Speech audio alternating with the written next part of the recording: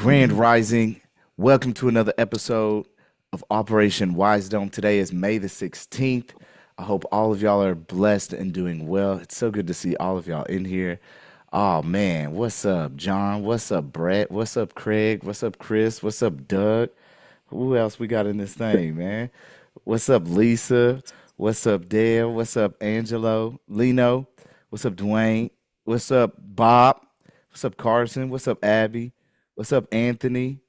What's up, Doug? What's up, Parasa? What's up, Jays? What's up, JM? Liberty? What's up, Kirby? What's up, Kyle? What's up, Lakini? What's up, Lori? What's up, Matthew? What's up, Rob? Robin? What's going down, Robin? We got Russell in this thing. Oh, we got Tanawah. We got Troy in this thing too. Tanawah, where you at?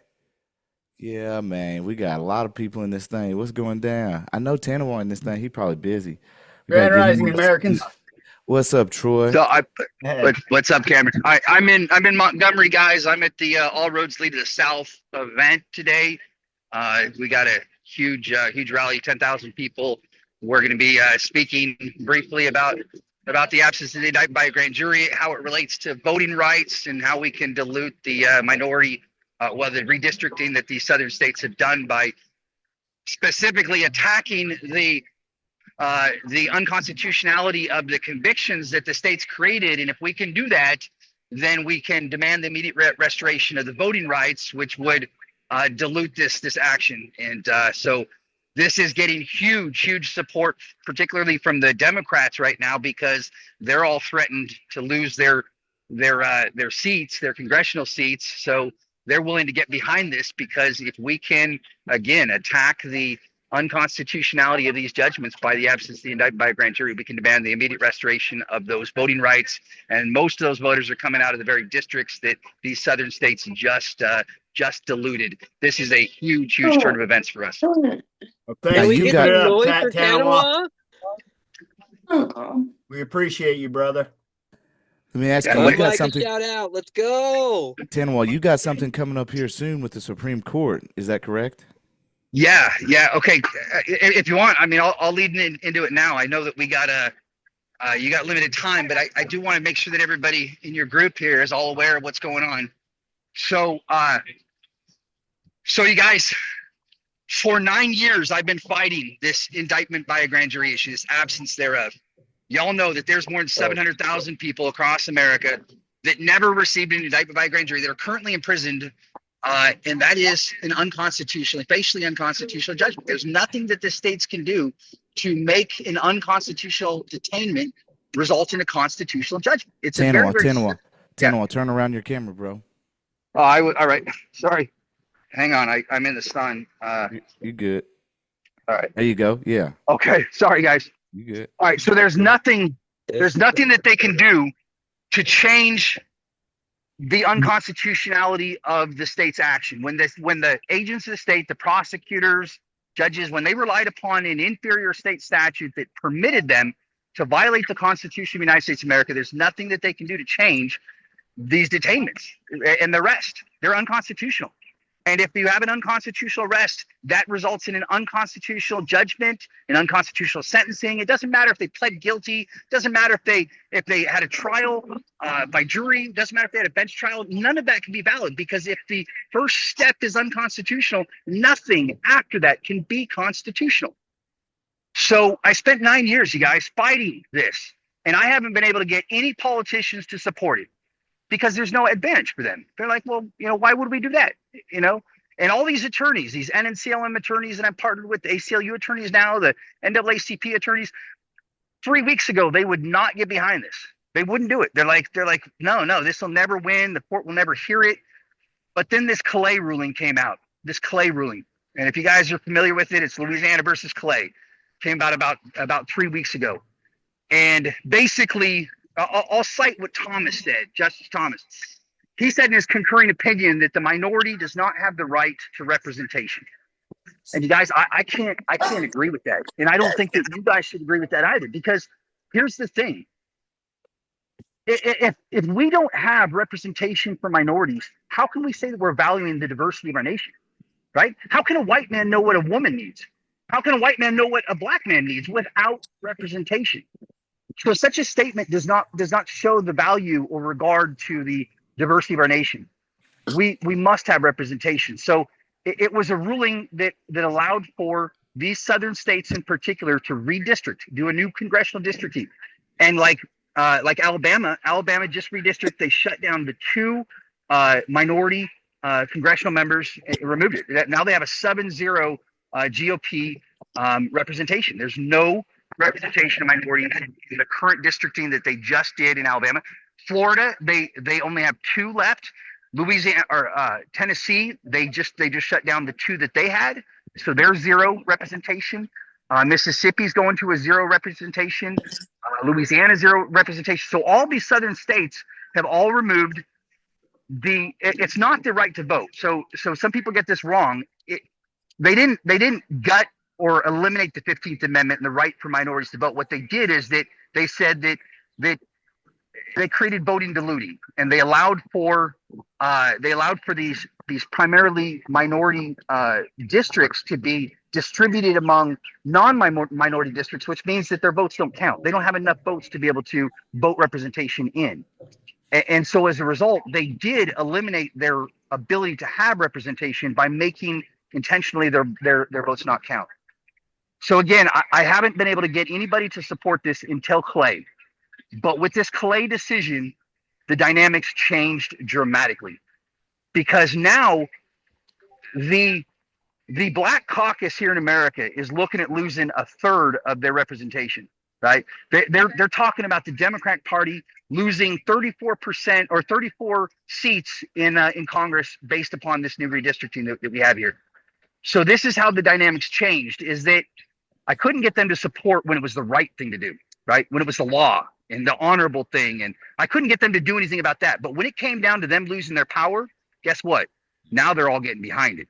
Right. So I actually have a meeting in a couple hours with Kamala Harris, with Cory Booker, with Hakeem Jeffries, and with Jamie Raskin. We're all here at this event today, and I'm going to be speaking on the same stage as them.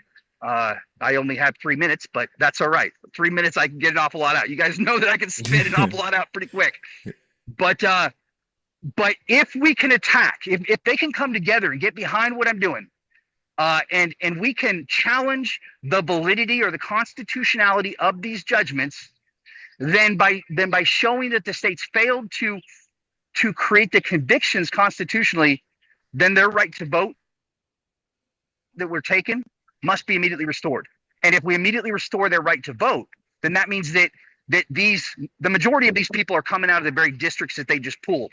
So for instance, Memphis and Nashville are going to be the two minority districts that they just diluted by spreading them across all these other districts, non-minority districts. So if we can, the majority of the prisoners are coming out of those very districts, those very ones.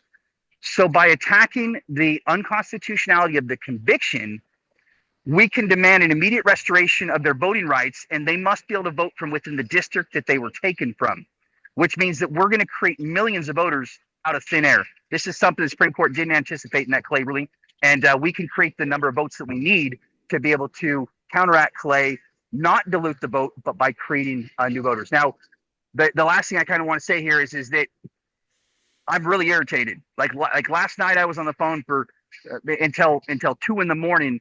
with these lawmakers that want to get behind this now, and it really pisses me off. Really pisses me off that none of them would give me the time of day when it was the right thing to do, when the Constitution was being violated, when these people were being forced into involuntary servitude in a for-profit business that directly financially benefited the state called slavery. Like, it pisses me off that they wouldn't get behind me then. But if you want to talk about voting, fine. Let's make it about voting. But the good news is that in order to reach the outcome that they want, they got to go through the procedures that I want. They have to void these judgments due to their unconstitutionality, and that's the only way that they can restore the voting rights. So at the end of the day, I'm pretty mad that it takes them losing their power before they were willing to do something about it. But the good news is that they have to follow, and we achieve what we're seeking regardless if they want to reach that outcome. So at the end of the day, when this is all said and done, what I'm going to be able to do is I'm going to be able to say, you know what? I'm going to tell this story, and this story is going to go, none of these people cared about it when it was the honorable thing to do. None of these people cared about it when it was the constitutional thing to do. None of these people cared about it when it was about basic human rights. They only cared about it when it came down to losing their power and their seat. And that's the story that we're going to be able to tell when this is all said and done. Straight up, straight up. And then, when it comes down to the original jurisdiction, what's movement on that side of Yeah. things? Okay. That's an excellent point, you guys. So what you need to understand is that we're bringing the absence of the indictment by a grand jury as the mechanism to show that the state became a party in the cause. Because when you are charged by information, not indictment, then the state became your accuser. It was state of Oklahoma versus you, or state of Connecticut versus you. That's why it's state of versus you. But in order to challenge the original jurisdiction of the court, because let's run through this here, okay? The Constitution, under Article 3, Section 2, Clause 2, it says, in all cases in which a state shall be party, the Supreme Court shall have original jurisdiction. All right. Now, it doesn't say states, plural. It says a state. And it doesn't say all civil cases. It says in all cases in which a state shall be party. What that means is that when a state becomes a party in a cause, then the state no longer has personal jurisdiction to oversee the cause, because the Constitution doesn't give a state the ability to oversee its own case. You see, in order for a court to render a legally binding decision, it must have two things. It must have subject matter jurisdiction. It must have personal jurisdiction. If it lacks either one of those two things, it cannot take action in case, in any outcome, any judgment, any action is completely void without force or effect under Civil Rule 60b-4. So subject matter jurisdiction is the right to oversee the type of case that's brought before it. So, for instance, in the case of a death, you would not bring that to a small claims court because they would not have subject matter jurisdiction to oversee the disposition of the deceased assets. You'd bring that to a probate court. Probate court would be the court that had subject matter jurisdiction. The second thing that they must have is personal jurisdiction, which is the right to oversee the parties involved in a dispute. So when a state is a party in a dispute, then the state can't oversee its own case because it doesn't have jurisdiction over its own case, because of the maximum law that no man can judge their own case. All right.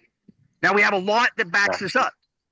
We have a lot that backs this up. Not just the Constitution, what's codified in the Constitution. Now remember, there are rulings from the court that says that it's only when states are a party, two states, but judge-made rulings can't amend the Constitution. You guys know that, right? You know that. I don't give a shit what some judge-made ruling says.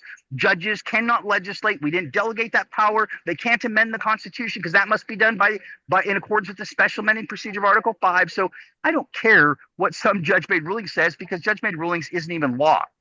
The law is what it says, and it's plainly written in the text of the Constitution that there is a constitutional obligation for the Supreme Court of the United States to oversee any case in which a state is a party. But to back this up, if we want to understand the original intent of the Constitution, right, we would typically go to the Federalist Papers. In fact, James Madison wrote the Federalist Papers. He's considered the father of the Constitution. Justice Gorsuch of the Supreme Court says that he's the sole arbiter for all things Constitutional Convention. That because of his writing is the only reason why we know anything about the Constitutional Convention. So when we want to know what James Madison was thinking when they put Article 3, Section 2, Clause 2 into the Constitution, let's see what he has to say about it. So he wrote the Federalist Number 10. It was New York Packet, November 23rd, 1787. The article was titled "The Union as a Safeguard Against Domestic Faction and Insurrection."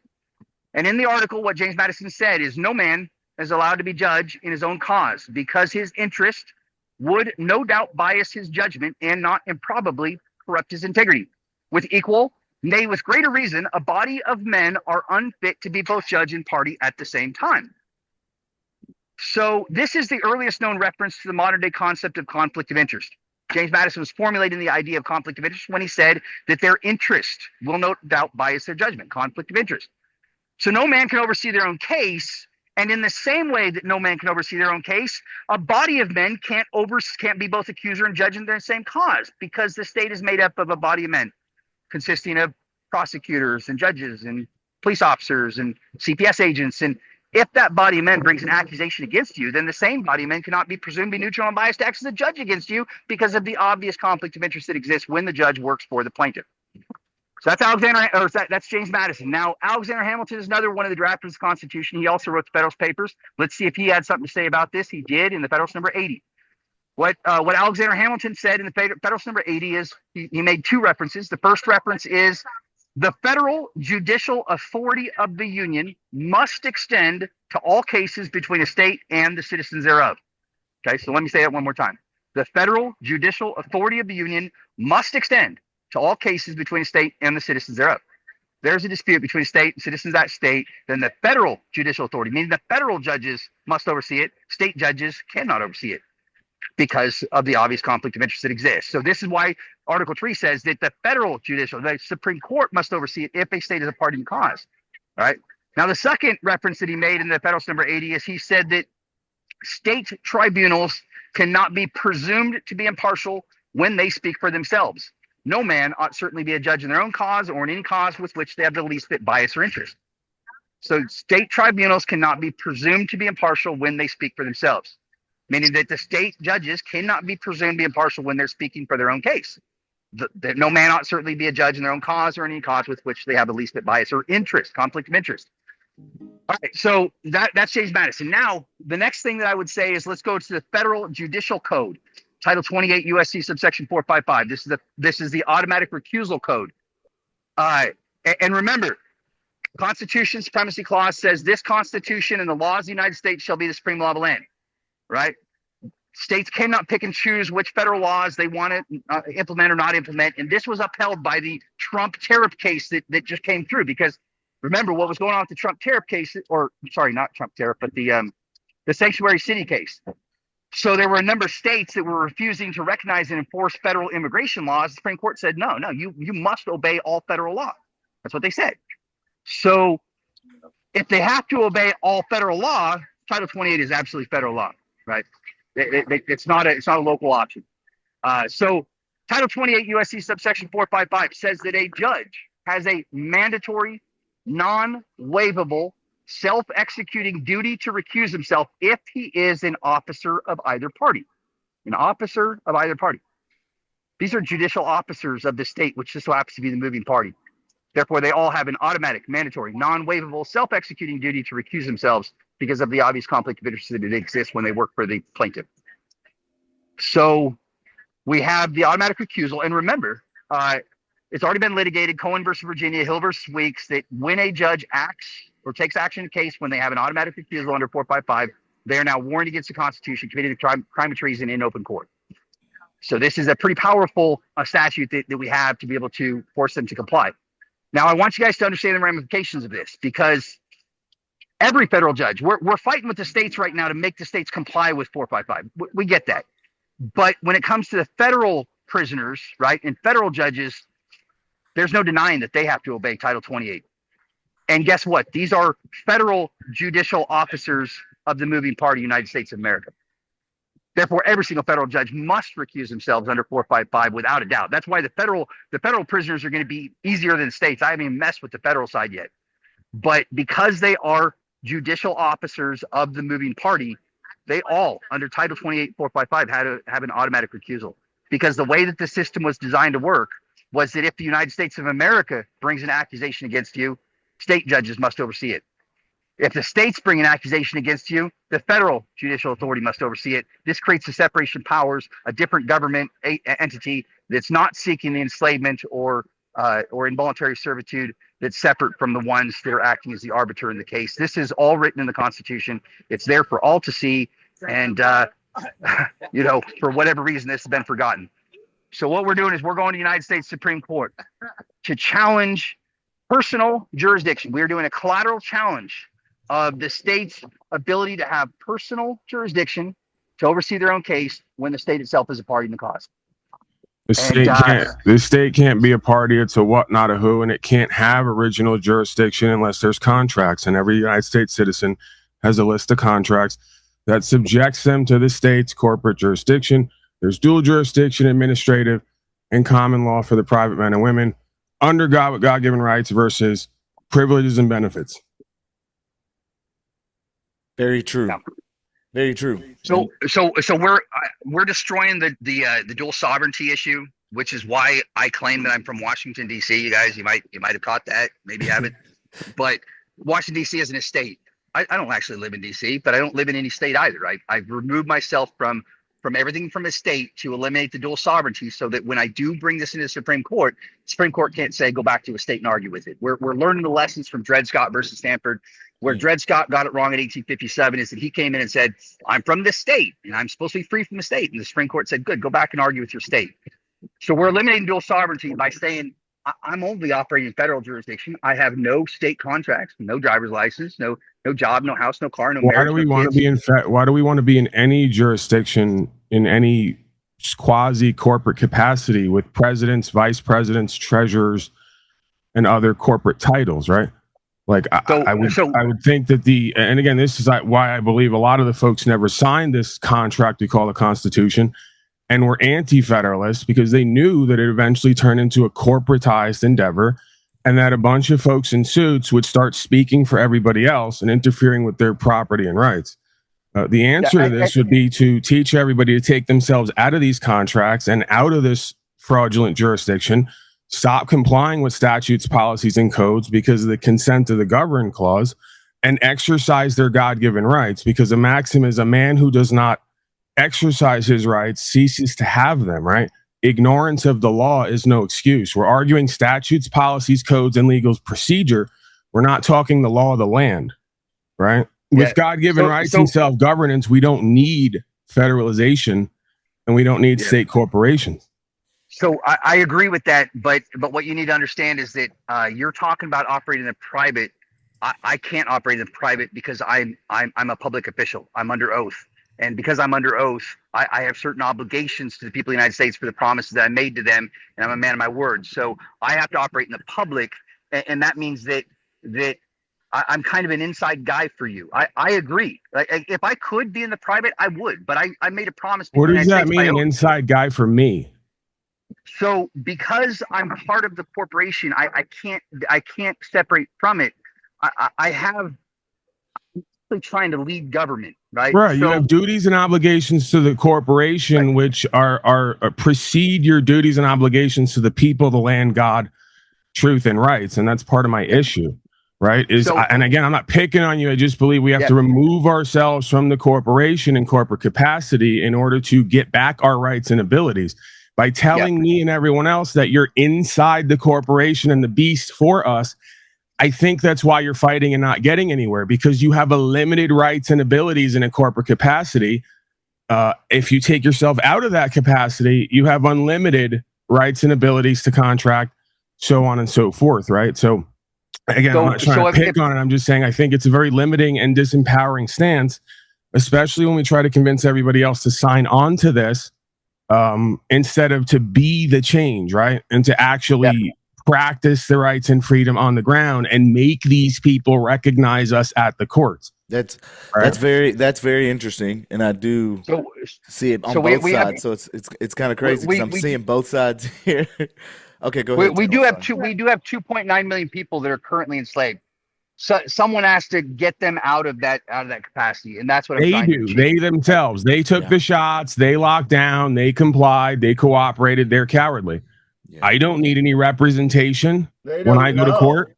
I go to court and I get results all the time. You say they don't know, but we've been telling them for decades. So that's a cop out as well, right? They know they're cowardly. They're not going to do what's right, and they're begging other people to run around and do it for them. That is the problem. That can't be the solution, right? Right. America's not going to be great again, filled with a bunch of cowards who want other men to save them. America's going to be great again when we got at least 3 to 5 to 10% of folks saying, I'm not going to cooperate and comply. I'm not your corporatist pig. I'm a man under God with God-given rights, and I ain't going away. Right? It's just the reality of what history shows us. Yeah. Yep. I don't know how that helps Tanawah.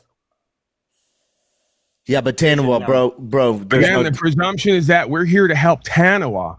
If Tanawah's here to help us, he has to remind us that this isn't going anywhere without us and God and the truth. Right. You don't get your rights back because some other guy talks for you. You don't deserve them, and I will sit on the other side and literally advocate that you don't get them because you don't deserve them. The word is deserve. Based on what you serve will dictate what you get. If you don't serve your land, the people, God, and country, you don't deserve your fucking rights. Right. Yep, I agree. For sure. Boots on the Tanawah, ground. Yeah. but Like he's, hold on. he's out But there doing it. but And No, Tanawah, I'm out there doing it, sir. I've been arrested 6 Yeah. times in 5 So years. is I he. haven't hired an attorney. I haven't signed anything or paid anything. I've sat in a fucking box and I've gotten dismissals. Yeah, we know, Paul. I have We someone know. who's coming up on my broadcast this week who's tax exempt now, federally, state, and when they go to buy something with sales tax based on their jurisdiction, status, and standing. So don't sit here and tell me about someone else in a suit yapping to Kamala about corporatist codes and they're really doing it when they're not really putting their fucking ass on the line. And again, I'm not picking on them. I'm tired of this nonsense with ourselves and each other. You have some nerve sitting here and telling me someone else is really doing it, yapping and talking statutes, policies, and codes. That ain't the fucking answer. well, what I wanted to do, deep in your heart. well, what I wanted to do is I did want to. First off, I wanted to say thank you, Tanawah, for everything that you do in your continuous work out there to try and educate people as much as you do on all spectrums. I do believe that everybody has their own place as far as where they're at in this world. Right. Paul, you're on a different spectrum than Tanawah. Tanawah's on a different spectrum, and it's okay. Everyone's got their place. I'm on a total different spectrum, but I have to respectfully disagree. And again, I'm not trying to cause problems and start a fight. You good? I'm saying Tanawah probably has the mind and heart and balls and ability to speak. And I would really love it if we could just get united on this, turning from this way that we've been doing stuff and really getting real with ourselves and each other, right? And just going to the next level as I see it, right? That's perfectly fine. And I definitely agree with you 100%. What I want to do is I want to say, Tanawah, do you have any other closing statements that you want to make before we move on to the next segment? No.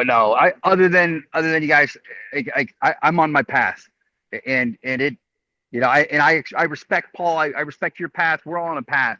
God's put me on this path. There's nothing that's going to change my faith and what I'm doing. And I know that there's a difference between public and private, but I have to operate and fulfill my promise to the people of the United States, and that means that I have a duty and obligation to recognize that I have an equal obligation to protect the institutions that the Constitution created as much as I am to protect the rights of the people. That absent those two things, I can't fulfill my endeavor or my undertaking to support the Constitution. I don't trust the people in a position, but I do trust the institutions that were created, and my faith is going to lead me to finish this. So, I'm delivering on June 19th to the Supreme Court, whether they hear it or not. This is what I got to do. Thank you, guys. Thank you. I appreciate it, brother. What I want to do is have everybody real quick just unmute and say thank you, Tanawah. Keep up the fight, brother. Tanawah. Thank Thank you for being out there, Thanks, man. Tanawah. Sticking it to him. Thank you. Thank you, guys. Thank you, guys. I got to get the booth ready. All right, Thank you, brother. guys. We'll talk to you soon. God for bless sure. everybody. Thank For you. sure. Thank God you for bless. letting me on, brother. Yes, God bless. sir. Yes, sir. For sure. With a All pleasure, right. sir. Next, what I want to do is I want to introduce Paul. Paul's already introduced himself by making a couple statements, but what I want to do is I want to actually kind of tap into this stop, because this stop, even though even though Paul was already kind of public with it and getting some notoriety with Right to Travel, we was both doing doing it at the same time. I just wasn't putting nothing online. And Paul's got, good recognition and understands, has a real deep understanding within himself of who he is, what he's standing up for, what he's fighting for. One of the deepest ones as far as knowing truth within. And that knowing truth within as far as who you are is very important, because it translates over. It's energetic.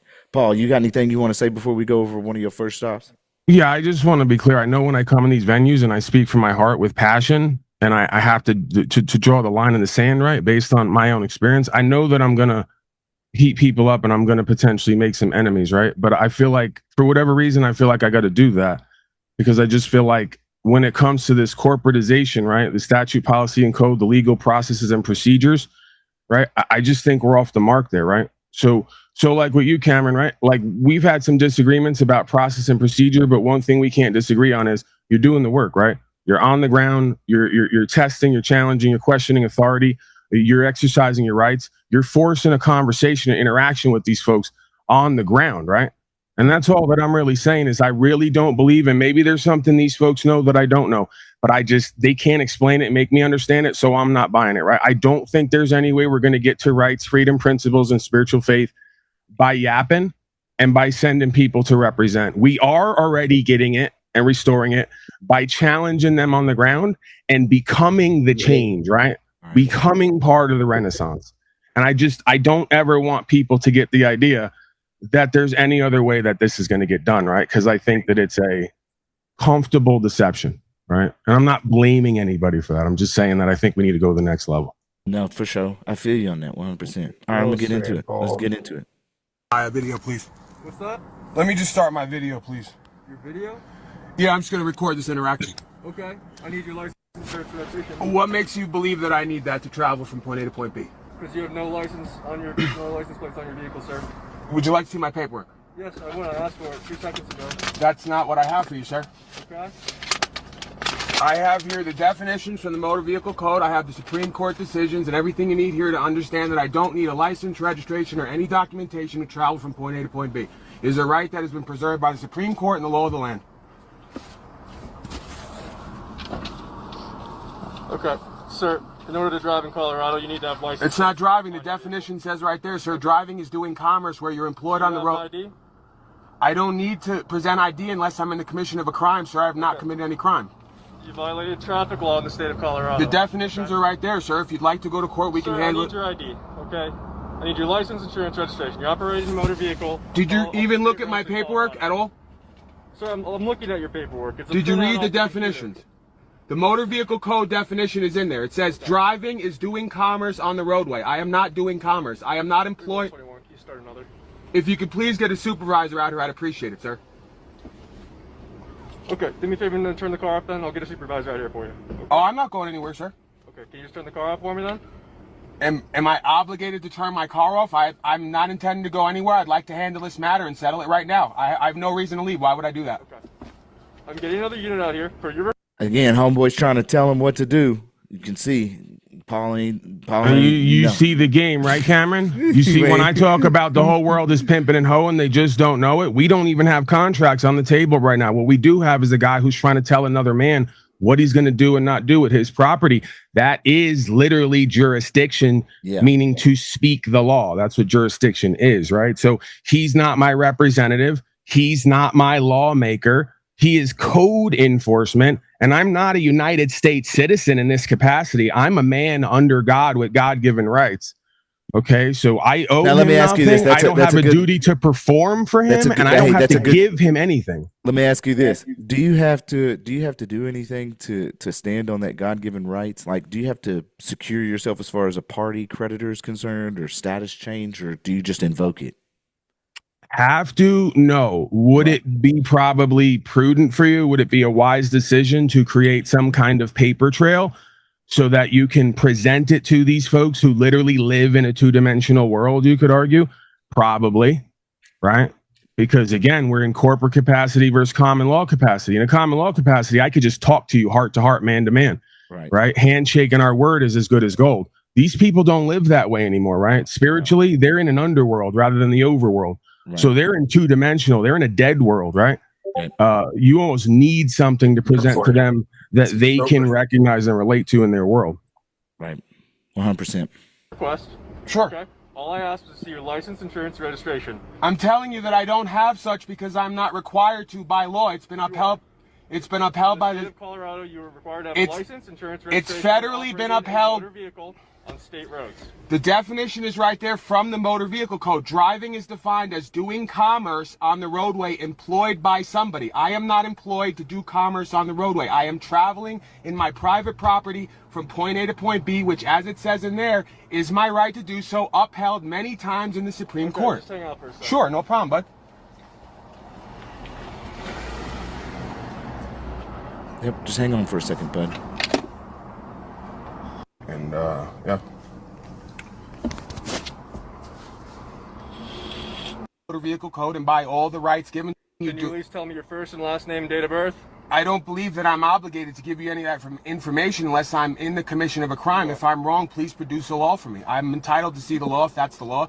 This is nothing personal. I have no issue with you. I'm simply trying to abide by the law of the land and by the motor vehicle code and by all the rights given to me in this country. I don't know what motor vehicle code you're following, but in the state of Colorado, you need to have a license, insurance, and registration to operate a motor vehicle on state roads. Okay, can I give you the definitions of that by Black's Law's dictionary? Operating a motor vehicle is defined That's in... not the dictionary I follow, man. Then you have a conflict of interest with the Supreme Court, because the Supreme Court, which is the highest law of this land, follows Black's Law's dictionary. So I'm not interested in contracting with you or following anything. Hey, Cameron. That you follow. Like I said, even in the motor vehicle code. Yep. I just want to comment on it, because in the fray, right, when it gets crazy intense, we tend to make mistakes, right? And I made a couple mistakes here in the way that I phrased that, right? So obviously God-given rights aren't given to me on this land. They're protected on this land because they come from God. Government can't give them or take them away.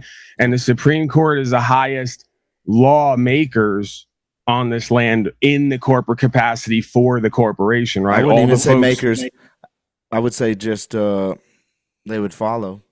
Right. Well, presuming they do their job right, which is a huge presumption, right? But again, it's kind of a technicality, but kind of makes a big difference, right? They don't make law or tell me what I can and can't do.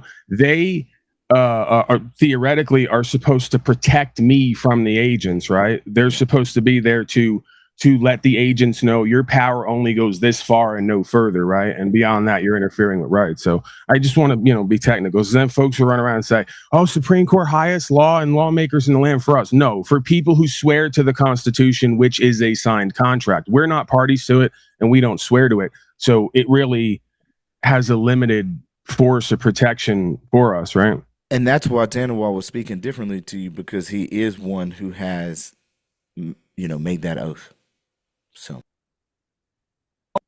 which you guys are following as a corporation, the Supreme Court is beyond that. But let's just take the motor vehicle code. The definition of my understanding of a motor vehicle is a vehicle that is doing commerce on the roadway. It even gives definitions in the code. It says tractor, trailer, bus, or a taxi, right? Taxi driver, bus driver, truck driver. I am not a driver. Now, he's not looking at no script. This is coming right off of the dome. Because I'm not transporting or in the act of trafficking any goods or peoples. I am... Let me ask you a question. What were you doing right there on Colfax then? Operating the motor vehicle. Would you consider yourself a driver? No. Of a motor vehicle? Absolutely not. A driver by definition... You're driving a car, Paul. Not according to their federal code, which says that a driver is one employed and that a motor vehicle is engaged in commerce on the roadway. I mean, again, that's their corporation's United States code and definitions, right? So we have a conflict of interest. He can't comprehend it, bro. He's so lost right now. But see, this is my point too, Cameron. We have a Cold War underway right now, where the state of corporations aren't even following with checks and balances what the federal corporation has laid down. So now we got 2 or 52 corporations or whatever running around basically trying to push their own versions of code that are all in conflict with each other and the original intent and mission statement of the law of this land, right? Codified in that contract we call the Constitution. So yeah, we got a serious issue on our hands, right? Based on chaos and misunderstanding. The privileges and immunities clause, and and on top of that, the auto is a Class D vehicle, and they don't make a license for a Class D vehicle. So. Well, you can't license something that's unlawful, and if something's lawful, you don't need a license, right? Imagine that idea. Absolutely. It's a colloquialism that we don't understand here, or maybe they haven't told us or we don't understand, but the word driving by definition means you must be employed by somebody. So I was not driving. I was traveling in my private property from point A to point B, which, like I said, the Supreme Court has upheld many times. I have the right to do so. If I was, let's say, doing Uber or some form of hauling goods or services on the roadways, then yes, the government has a right to know that I can operate the roadway to do that business and then tax me, of course. But I'm not doing such. I'm traveling from point A to point B in property that I purchase privately and legally and lawfully. Okay. Can I ask you a question? Sure. What is your name, man? Why do you not want to identify yourself?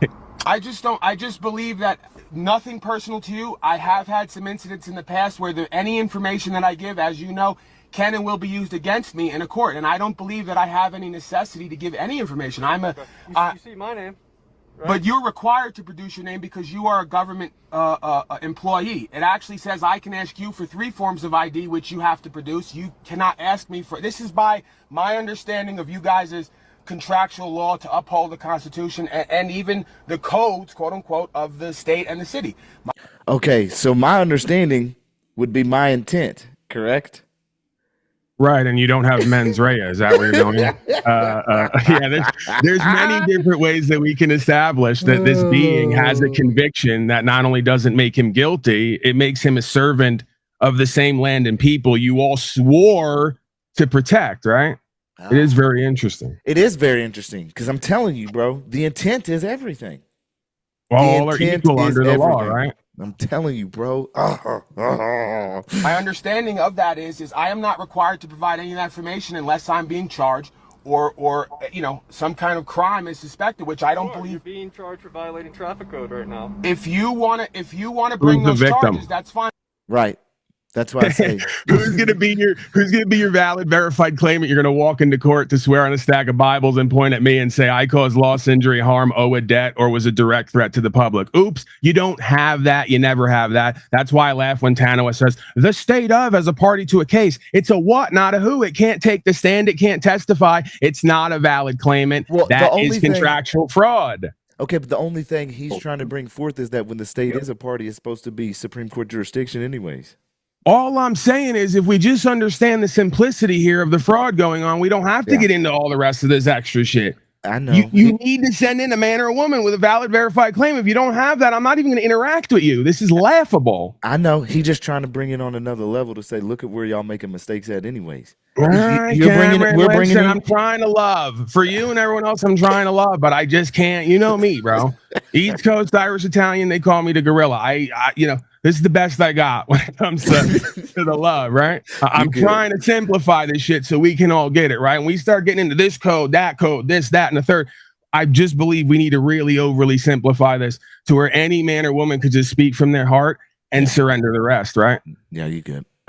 Columbo when we go to gorilla court over here. and they convict me in the local court, I will go to Supreme Court and you will be held accountable and liable for those charges, just like a credit card. You cannot bring charges and not be held liable for them because the responsibility and onus is on the person bringing them. So I would hope that you'll be able to prove in a court of law based on case law and everything else that I don't have a right to not operate, see, this is the game. I don't have a right to take my private property from point A to point B, which like I said, the Supreme Court ruling is in that documentation I gave you. All the definitions are there. So I'm not coming from my own manifestation. I'm not coming from something that I want to be true or made up. I've read the definitions. I've gone through the case law. I've looked at the Supreme Court decisions. It's expressly stated in there. The law is expressed, not implied. This is my understanding of it. You know, I'm a man who does no harm, and that's how I live my life. I live my life by truth and doing no harm. The law of love. You know, I have no issues with you or anybody else, and I'm not in the doing anything wrong at this time. I've caused no loss, injury, or harm to anybody. I'm taking my property from point A to point B. Do you live in Lakewood, Denver? Where do you live, man? I would rather not answer any questions. I live in my body. You live in the state of Colorado? I'd rather not answer any questions. Okay. Well, you're operating a motor vehicle in the state. I'm not operating a motor vehicle. No, we're gonna go with. See, this is what happens, right? The relationship with these people is like a relationship with a narcissist. They're now going to tell me my intent, what I'm thinking, what I'm believing, what I'm doing, and what they're going to call it, so they can make a judgment on it, right? Bro, and you just literally differential. You literally just explained everything to him, and he simply just went in one ear and out the other, bro. He's a trained robot, right? Like most citizen slaves, they're trained robots. They don't know who they are, where they are, what's going on around them, what the words all mean, and where this is all going, right? Motor vehicle is defined in the paperwork as a vehicle on the roadways doing commerce. This is not a commercial vehicle. You're operating a light blue Nissan Maxima with no license plates. I'm not operating it. I'm traveling. Revenue generators. At this time. Then I guess we have a disagreement in the understanding. I presented you paperwork. You've presented me nothing other than your understanding. So my understanding is backed by definition, Supreme Court rulings, and the Motor Vehicle Code. You've given me nothing except what you believe to be true. So where can we go with this? Statements that I've made to you are ones that are produced in the Colorado Revised Statutes. Can you show them to me? On traffic law. Can you show them to me? I can.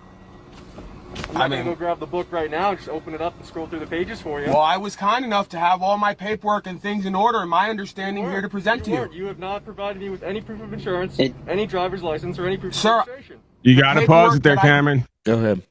Okay, so fool in the costume, LARPing, like some kind of superhero. These are people who wanted to be a Power Ranger or Ninja Turtle when they grow up. Hey, I'm going to let you speak just for a little bit because I got to use the restroom too. Go ahead. Right. So in their stupid code is even the clause. You can go look it up for yourself, right? Let's use Oregon as an example because that's where I was moving to. That same code that generally refers to insurance talks about statement of financial responsibility. And that makes sense because guess what? Anything they can do, we can do better, right? Remember that from 8th grade? So like whatever the banks can do, we can do. Whatever these representatives can do, we can do. So it turns out you can self-insure. Wow, Paulie boy. Wow. Yeah. We don't have to go to a big corporation and pay them for a service we may never use. We could just replace them, right? And the way that you do that is you put up X amount. Let's say the state of says the corporation, right? The agents for the corporation say, we need a minimum coverage of $10,000, right? For you to move around and every slave feels safe. Okay, I put up the 10K cash in escrow, and then I create a bonded claim, and then I put that on record and give notice that in the event that I, with negligence, cause loss, injury, and harm, not even necessarily by accident, but okay, with negligence, if I cause loss, injury, and harm, and I'm deemed at fault, then I will pay out on the minimum coverage from the state corporation, right?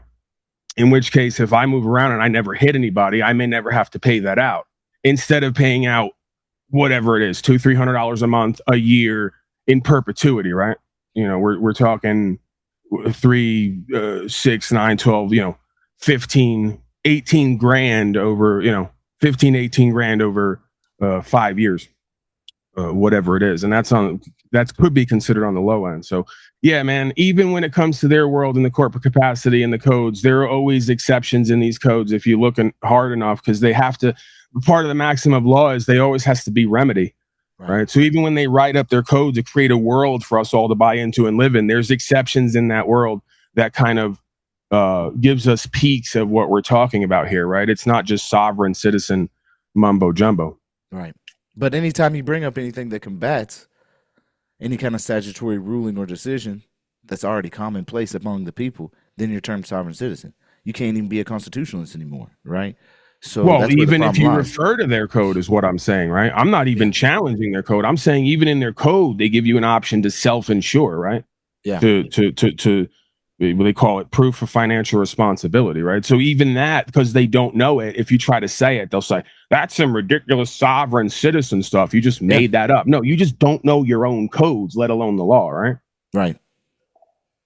Yeah, even here in Washington, it's defined out in their own codes. It's probably going to be every state, sir, because every state is another replication. This is all just holographic replications and reflections, right? And it's all kind of has the same centralized process, procedure, and ideology, right? And again, I've confirmed it at state court. The administrator that folks call a judge admitted to me they're a dual jurisdiction, right? I asked the court, how many jurisdictions does court preside over? They said 2, administrative, corporate, / and then it was funny what he did. He said, common law, and then he stopped and he said constitutional, right? And this is what Tanawah and others are not getting. In the Constitution, it was amended. They put a clause in there to run you in circles with congressional citizenry, right? So if that judge, that quote unquote judge administrator would have let the rest of that phrase, it's like a chess move. Once you move it and take your hand off it, that's the move. If he would have said common law, he'd have invoked that jurisdiction.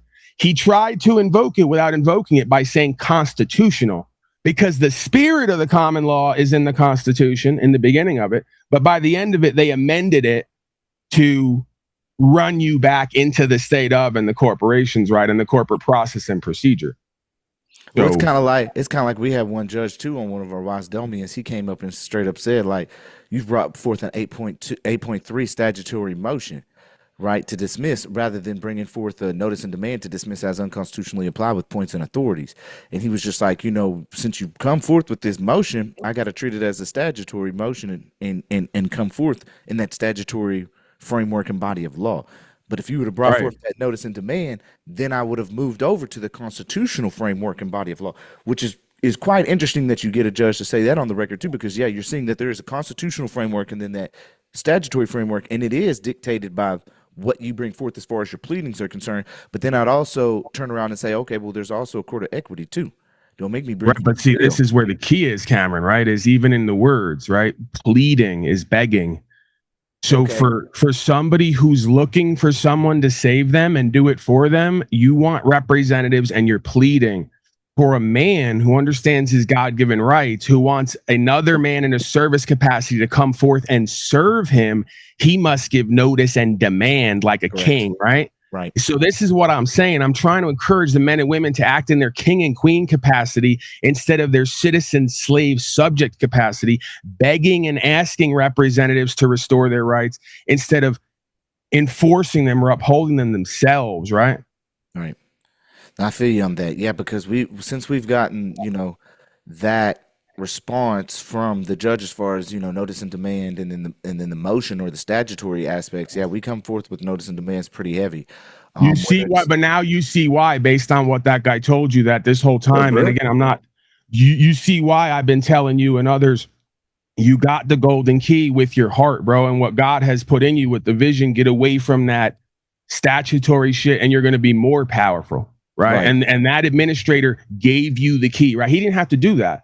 He admitted to you and gave you the golden key right there on record. Get away from this representation. And I'm not picking on Tanawah, but get away from this shit he's talking about and doing and be that change and start giving notice and demand and make your servants come forth and serve you in a capacity they can respect, right?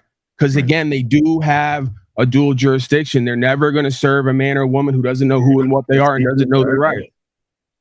Correct. I don't know where we're getting feedback from, but I'll go ahead and mute. Okay. Provided to you makes those things not applicable to me because I am not doing commerce on the roadway. This provided me 3 printouts of the definitions of the words in the Motor Vehicle Code and the Supreme Court ruling. Didn't you swear an oath to uphold the Constitution and the law of the land? The Supreme Court is the highest law in the land. So that one decision that I showed you should be enough for you to either go and look at what I'm presenting again and give a deeper, more detailed look at it, or to understand that we have no interaction right now. Because like I said, there's many Supreme Court cases on file. That is the law we're supposed to follow in this country. We can have disagreements in local court, but these have already been decided upon. The Supreme Court will hear my case as well if you guys bring charges, because I will take it there. We will be bringing charges. Sir, again, for violating traffic law in the state of Colorado. The word violation in law means to cause loss, injury, or harm. It also means to sexually advance on someone when it's unwanted. I did not do any of those things. So, again, we have to get our words and terms in line with the definitions of what we all are. He's like, damn, does violations really mean that? That's what he's thinking right now. Does violations really mean that? Agreeing on here is the English language. We cannot use words and not agree on the definitions. I'm not making up my own definitions. The state of Colorado is a whole other discussion. And furthermore, it doesn't even come into this because, like I said, any roadways federally, the people, a man, a woman has a right to use the public roadways to travel from point A to point B. It's been ruled on. You cannot have a government organization who's supposed to work for the people come in to tax the people to use what is the people's. That is fraud. You may disagree with me. I, however, have the truth, the definitions, the facts, and the case rulings on my side. So like I said, if you bring charges forth, I expect you to show up on the day of whatever the proceeding will be. And then I expect you to show up at the Supreme Court proceeding. And we will have a discussion in front of whoever needs to be there about what I have the right to do and not do, since you seem to believe you have a right to stop me and take up my time and take a right off me. We'll have that discussion if that's what you. Okay, so he's in Colorado right now, or was at that particular point. But let's just look at just like, Washington for a second. If we go into the codes of Washington, they always have the definitions. Whatever county you're in, whatever municipal city you're in, you can go and look. They're usually at the beginning of their code or their ordinance book, and you can see the definitions, right? And within Washington, what we'll see is public road means whether improved or unimproved, held in public ownership and intended to be open as a matter of right for public vehicular travel. Again, Jefferson County. Public road, open as a matter of right to public vehicular travel. Okay. Right. If you ask the gods on earth in costumes for permission, of course, right? Let's be sensible. No. It says we're going into street, my boy. Even in the Right. municipal codes, open as a matter of right for public vehicular travel. Wow. Open as a matter of right for public vehicular travel, not to drive, but to travel. I mean, how many codes and ordinances do you want me to pull up all throughout Washington state? And this is mainly like this all throughout the United States. You're just not looking in the correct spots, right? So even their own, like, let's say we're doing city cops. You got the city cops out here saying, no, you have to have a driver's license. Sir, your own municipal code says I have a right to use, to come through with my right to public vehicular travel, meaning the public can use it in any way that's I see fit, highway or not. Nigga, what you talking about? So, yeah, I just wanted to let that be known. Well, yeah, I don't believe you should. Go ahead. No, you go ahead and continue what I'm saying. We also have to go back to what the delegation of authority dictates as far as supposed delegated powers of this corporation we call government, right? Because there has to be some actionable offense or state of affairs in order for them to move to begin with. One of them is commerce, and another is a direct threat to the public. If you don't have either of those, then what you call government, which is a corporation, doesn't even have any ability to move on a situation legally and lawfully, right? Right. That's my whole thing too. And I think that's one of the biggest reasons why we was able to get Hayden's situation on his DUI so effectively dismissed is the cops are supposed to be like ghosts, bro. Like they're not supposed to interact with the public until they see like one has caused or posed a safety risk to another person. Right. Like that's the whole point of it all. Like, did because I think by conversing with me, you can ascertain that I am an upstanding, intelligent individual who's out here doing no harm, and I have there's really no reason to have any issues with me. Why is that? Because, like I said, now he's starting to get it. Now he's starting to get it. Well, why is that? The man is coming out of him, right? Beyond the robot. We're coming back to the actual human being inside there, the soul, right? Yeah, that question right there, it was you could tell. And we can get into all other thing. I don't know if you're interested in all that, but you see where our country's going, and what we're doing right here is part of the reason why. But I'm glad we're doing this, and I expected this, so it's not really an issue for me. I have to stand on what's true and what's right. I have to stand on my conviction, in my heart, and what the definitions and the understanding tells me. Right there tells everything about the situation if this ever was to go to court. The intent. Right? That's actus rea and mens rea, the guilty mind with a guilty act. If you don't have no guilty mind, how are they going to convict you on the act? There must be both elements present. So that's all I'm attempting to do. I think we might have a misunderstanding upon definitions here. Again, the Supreme Court, it's been the Supreme Court, so let's say we both didn't understand definitions. Supreme Court has heard all these cases, and the judges have ruled over and over again that the right of if you want, I can search them for you right now, the quotes. The right of the people to use the public roadways is an untaxable, uninfringible right. You cannot tax somebody, force them to get registration, force them to get insurance. You cannot force any of that. All interactions in this country are supposed to be voluntary. They're not supposed to be under coercion and duress. Do this or else, and you can't use fear and safety as a reason to take people's rights. Okay.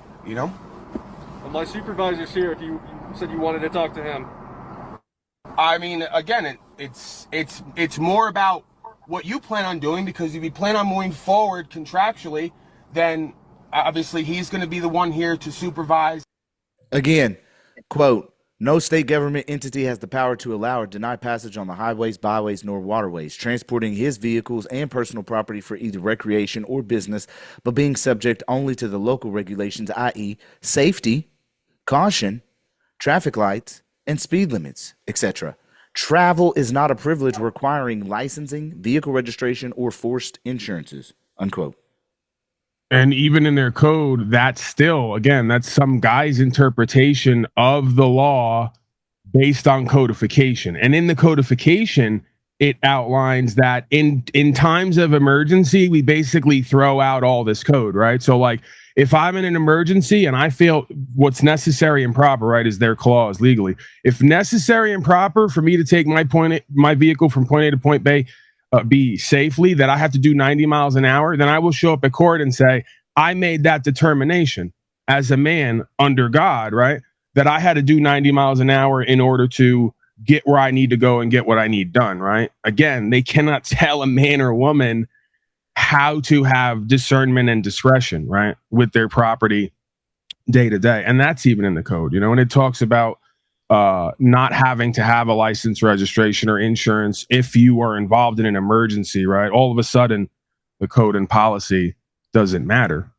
Quote, the officers of the law in the execution of process, what process? The law, are required to know the requirements of the law, and if they mistake them, whether through ignorance or design, I don't care how they do it. You can be ignorant of it or you can intentionally do it.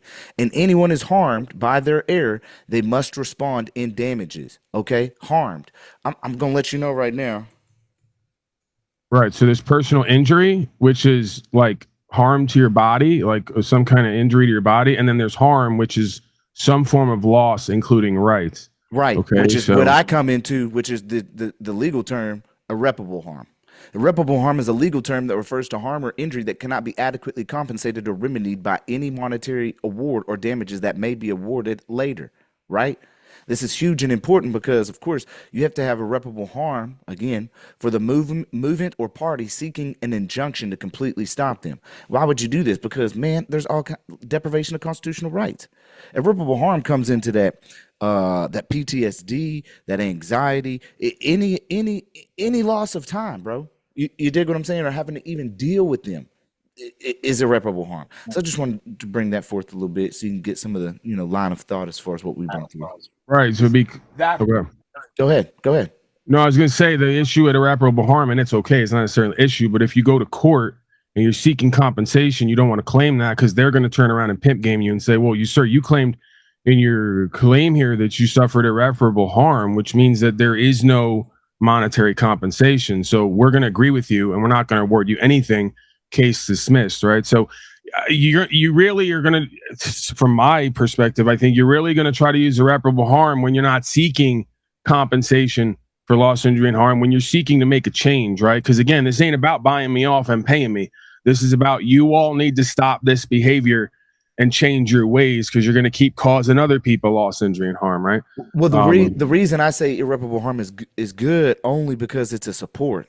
You're already bringing forth your punitive damages, right? You're bringing forth all the damages as far as monetary is concerned, but also included is the irreparable harm aspect of it, which makes it even worse. I can accept that. That makes sense because then you could go for compensation, quote unquote, monetarily, and you can also go for, hey, we need to retrain these wannabe slave masters, and if you want, I'll do it for you for free. See, this is where we need to go to the next level, is you literally need to start at court and in these situations going, hey, you did wrong and now you lost your power, and now because I'm the one here moving this court, I retain that power, and from here on out, I'm going to retrain and instruct you servants on how to uphold the law and protect everybody's rights, since you don't seem to be able to understand how to do it, right?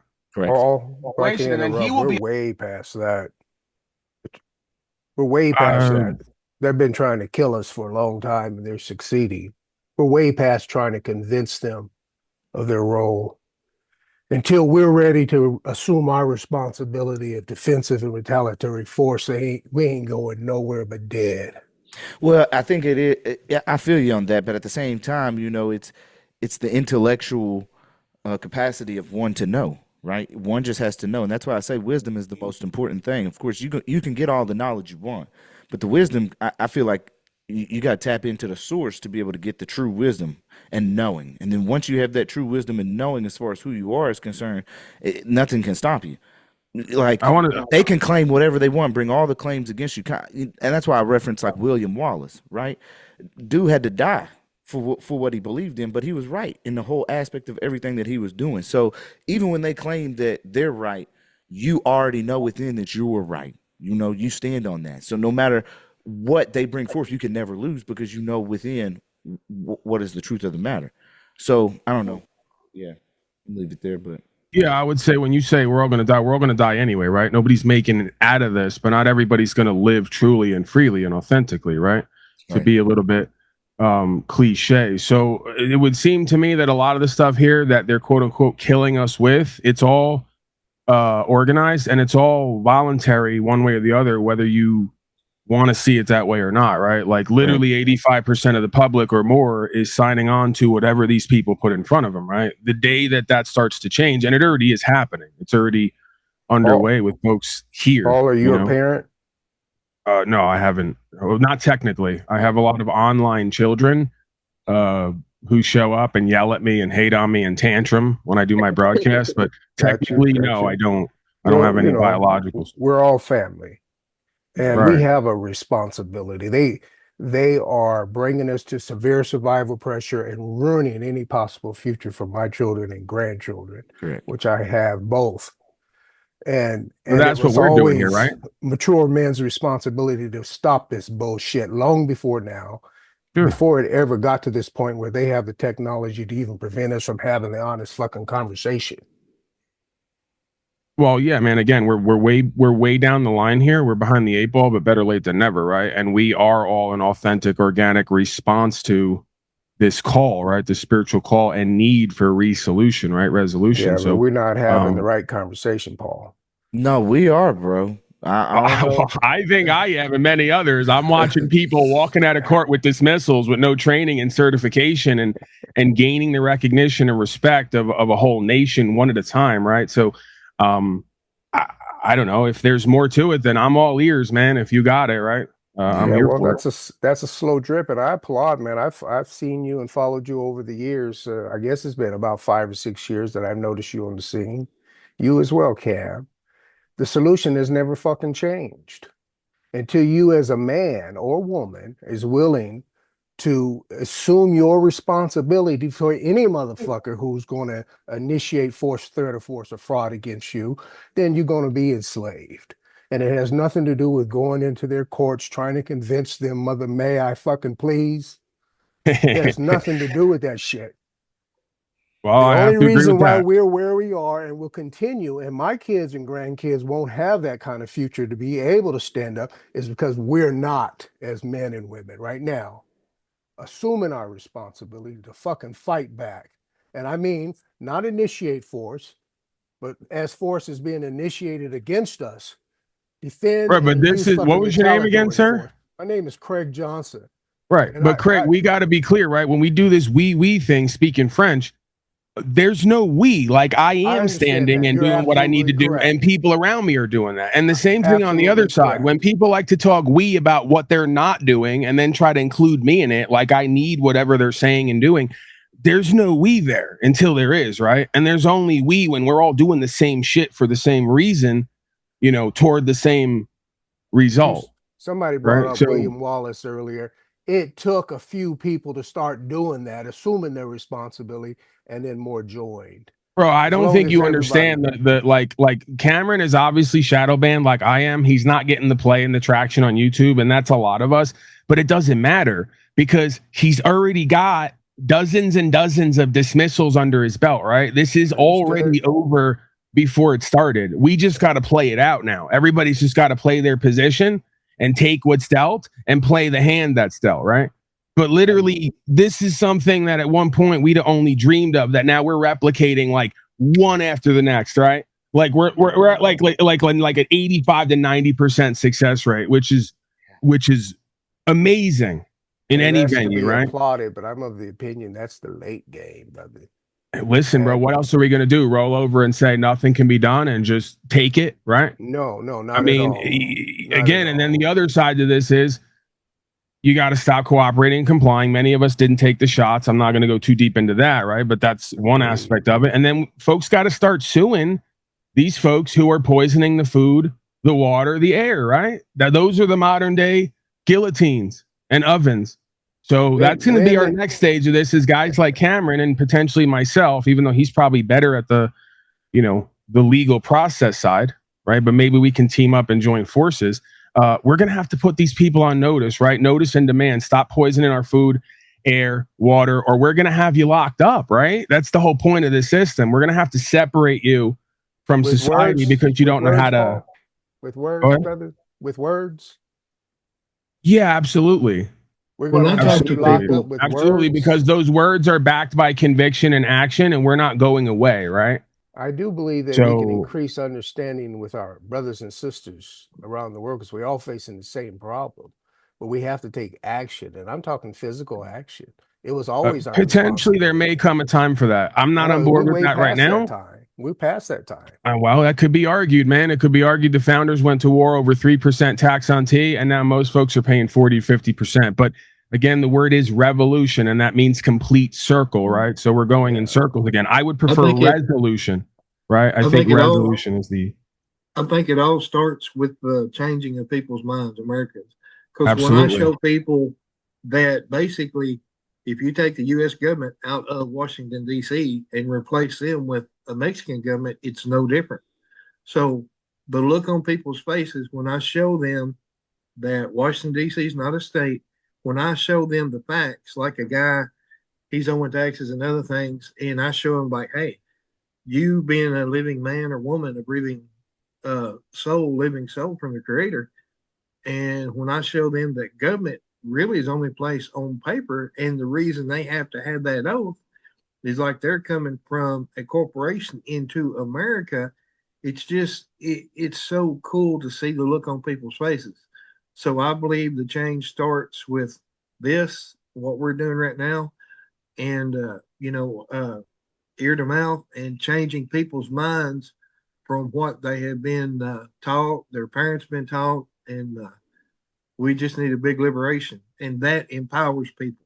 Knowledge is empowered. Chris. I agree with you, but that has to accompany some type of action that's going to. The action is they just hired 80,000 IRS agents, and I suspect it's because I know plenty of people at this point who are no longer going to pay these taxes. They're no longer going to comply and cooperate. So that's the discussion on the table right now behind the scenes is we got a couple 100,000 folks on America at least who they're not going to cooperate and comply anymore, and they're not going to fund the overthrow of the law of the land, right, and slavery and genocide. So it's already happening, and this is why I have the issue with the Tanawah situation, right? The more we put our time, energy, attention, and funding on these people and these venues, the more that they can be animated and have their power and their say. The more we withdraw that time, energy, attention, and funding from them and create our own, and then hold them accountable to not interfering with us and our rights, the more they're going to have that conversation, right? Because like you said, if not, we know where it goes from here at some point, and none of us want it to go there, right?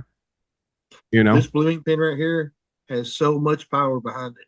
We just have to learn how to use it. It's a tool. On record to go to court as well, being okay with the fact that he supervised you, stopping me, taking my time and my rights, and then telling me that I don't have a right to do what's already been ruled on I have a right to do. Okay. That's the only reason I wanted him here, so that we're all under the same understanding. Sure. How you doing, sir? Good. Hey, I'm Sergeant Valdez. I understand your sovereign stuff and everything and all that. What do you refer to be? Yeah, I don't even. Living man, or how do you? I don't even like to get into the terms and labels. No, I'm just a man. Yeah. Okay. You know, just like you are. Or just a man. Just a man. Just like you are a man. You know, you're a man. I'm a man. Understood. And from my understanding, again, like I told this man, was that I've done my research. I have a conviction in my heart. Okay. My mind and my logic aligns with that. Logic, morals, and ethics. This is private property. I purchased it legally and lawfully. Understood. And I'm taking it from point A to point B. And the Supreme Court has ruled that I do not need to register, license, or any of that unless I'm doing commerce on the roadways. I handed in the definitions, has all the definitions there, what's in the Motor Vehicle Code and what Black's Law says. That operating motor vehicles defined as doing commerce on the roadway. I understand. So, sir, just so you know, obviously, we don't recognize that within our municipality laws. It's common law. And I understand the common law and stuff, but our laws are obviously not in tune with your common law and the way it's practiced, so the court's going to have to be the one to dispute those. Our law is not aligned with the federal law. Well, then he goes on to say, we don't follow federal codes or Supreme Court. Oh, really? So then you have a revolution afoot. You have a civil war afoot, essentially, right? Like, what the fuck is that? And again, they're admitting we're in cold civil war, states versus federal. the law of the land versus codes and policies and procedure, right? There's no comprehension, bro. Do you understand the reason he pulled you over? And Absolutely not. Why? Okay. Absolutely Have not. you been told? Okay, and perfect. He says, "Do you understand?" Paul's like, "No, I don't understand this shit, bro. I have no comprehension of what y'all are trying to do." Because again, it's in conflict. Hey. So if the homeboy's saying, "Do you understand?" and y'all be like, "Yeah, I understand what he's saying." No, I don't understand. Hey, Paul, real quick. I hear you throwing around the Supreme Court has been ruled on it. What is your go-to Supreme Court cases to support this? Okay, this was my first interaction, and this was rather early on in the practicing. I've been studying for probably a decade and then decided to jump in. At this point, I don't cite anything that comes from another man, right? That's one of the things that I believe God has revealed to me. Because I believe this legal lawful stuff is actually supposed to be a philosophical / spiritual walk, right? It's a lifestyle. So I've had it revealed to me to never cite another man's words or beliefs because that diminishes your conviction, right? You have to cite your resource, which is whatever's in your heart, right? What they call conviction. That's what's going to convict you or not, right? So in the future, I don't care what any of these folks in costumes have made a determination on, because for every 10 I bring up who agree with me, 10 more disagree with me, right? I'm citing the God within, right? I'm citing the quote unquote law of the land, which is right, freedom, principles, spiritual faith, right? I can essentially do whatever I want to do that isn't a wrongdoing. That's why it's a right, because it's not a wrong. And anything's a right that doesn't cause loss, injury, and harm and a direct threat, right? So I don't know if that makes sense to you, but at this point, I can correlate, right? Like I can cite my heart, my conviction, what's always been in me, which is the spirit of I can do whatever I want to do unless you got somebody who's going to say I did wrong, right? I could correlate that with certain Supreme Court decisions. I will not cite them for where I get my understanding, right? Because again, if I cite one guy, then they'll say, well, that's great. This guy over here says you can't do it. So now they negate each other, right? And then they're going to ask me, who are you? What are you, right? The same way I do with everyone in life, in my own life. Who are you and what are you? What are you about? Right? Like when we're on the street, that's essentially, they call it G-check. And I'm not saying I'm in that world or whatever. I'm saying it's interesting how it crosses over, right? It's all courting processes. So I'm not interested in what your big homie and your friend and your cousin says and this, that, and the third. Who are you and what are you about? What are you riding on? And if you start going, hey, this guy said and that guy said, and in 1800, this person wrote that down, you're already convicted yourself. They know you don't know yourself and what's true and what's right. And they know you're not riding on original principles and authenticity. You're just parroting what someone else has said, right? There's no power behind that. There's no weight behind that, right? Yeah, I don't care if agree. it's legal process or just common sense, day-to-day interactions, man to man, right? You've diminished your power and status and standing. That makes a lot of sense. I agree. You're basically starting at the foundation of your spiritual Core rights beliefs. or inalienable God rights. is within you, bro. God is within you as an I am that am presence. Right. Who are you to go to any other man in this realm if we're all equal under the law and ask them for permission to do or speak anything, right? That's literally the antithesis of rights. So if I have the rights and I'm expressing them, that means I don't need nor do I want a middleman, right? And I'm not going to cite anybody else's words or experience for where I get that and how I live that, right? It's an inside job completely. And this is what I'm saying, that I don't want to keep saying it because people are going to say that I'm picking on them, but this is the biggest key, I believe, to this walk is the slight degree of separation between looking outwardly for a solution versus realizing that spiritually you've always been the solution and that the resolution, the resolution is part of who and what we are, right? It's always going to be an inside job, as within, so without, as above, so below. The folks up on Capitol Hill are only reflecting those down on the ground, if you want to do the up and low thing, right? And again, as within, so without, as above, so below. This is ancient Hermetic understandings and teachings about how we manifest reality here. Yep. You know? Yep. So yeah, again, this is cliche, but we got to become the change and reflect that true self, that God within. If we want to be recognized as having God-given rights, right? You got to reflect that and be that. Been pulled over this afternoon? He told me his perception, but I don't understand it at all. Okay. And so so we can help you understand the perception of why you're pulled over and what he told you. What did he specifically tell you? He believes, like a lot of officers believe, that the common law, like you just said, does not apply to them. However, this is not my common law. Common law is the law of the land. It's backed by the Supreme Court and the Constitution. What is the officer's common law perspective on why the stop was initiated for you? Oh, I would have no idea, because common law is defined as loss, injury, or harm needing to take place in order to move forward. I did not do any of those things. Okay. So his corporate law or legal understanding would be that I am an employee of a corporation. I would assume this is understanding somewhere, because again, motor vehicle means a vehicle doing commerce on the roadway. Driver means someone employed by someone to do commerce on the roadway. The code even describes tractor trailer, taxi driver, or bus driver. Bro, when one comes forth with knowledge like this, they know not to fuck with you, bro. They know it. That's why we use the term driver. Anybody who's behind this is not a driver. A driver is defined as someone employed to do commerce on the roadway. I am not that. I am a man taking my property from point A to point B. So what is the reason for the stop today? No plates, okay? That's a common thing that we obviously enforce and do with our laws and what we believe in and what we have to do. So the probable cause exists for him, not with you, in your understanding, for him to go ahead and initiate a traffic stop based on the plates. What is his reason to believe that I'm driving this vehicle? Well, you're operating the vehicle and driving it, and you were observed driving it. Whether I wasn't driving. Driving is defined as commerce. Can you read the paper? I understand your version of it. No, that's the definition by Black's Law Dictionary and the motor. Your version, Paul. It's your version. Right. Paul. I'm the one making stuff up and not sourcing anything, right? It's your version, not the federal government's interpretation or the AAMVA's interpretation or even in their motor vehicle code or even within their ordinances or county codes. It's yours. We're Black's Law Dictionary. It's your interpretation. Your interpretation's wrong, Paul. Our interpretation's right. Colorado. Hey, can I ask a question to Paul real quick? Yeah.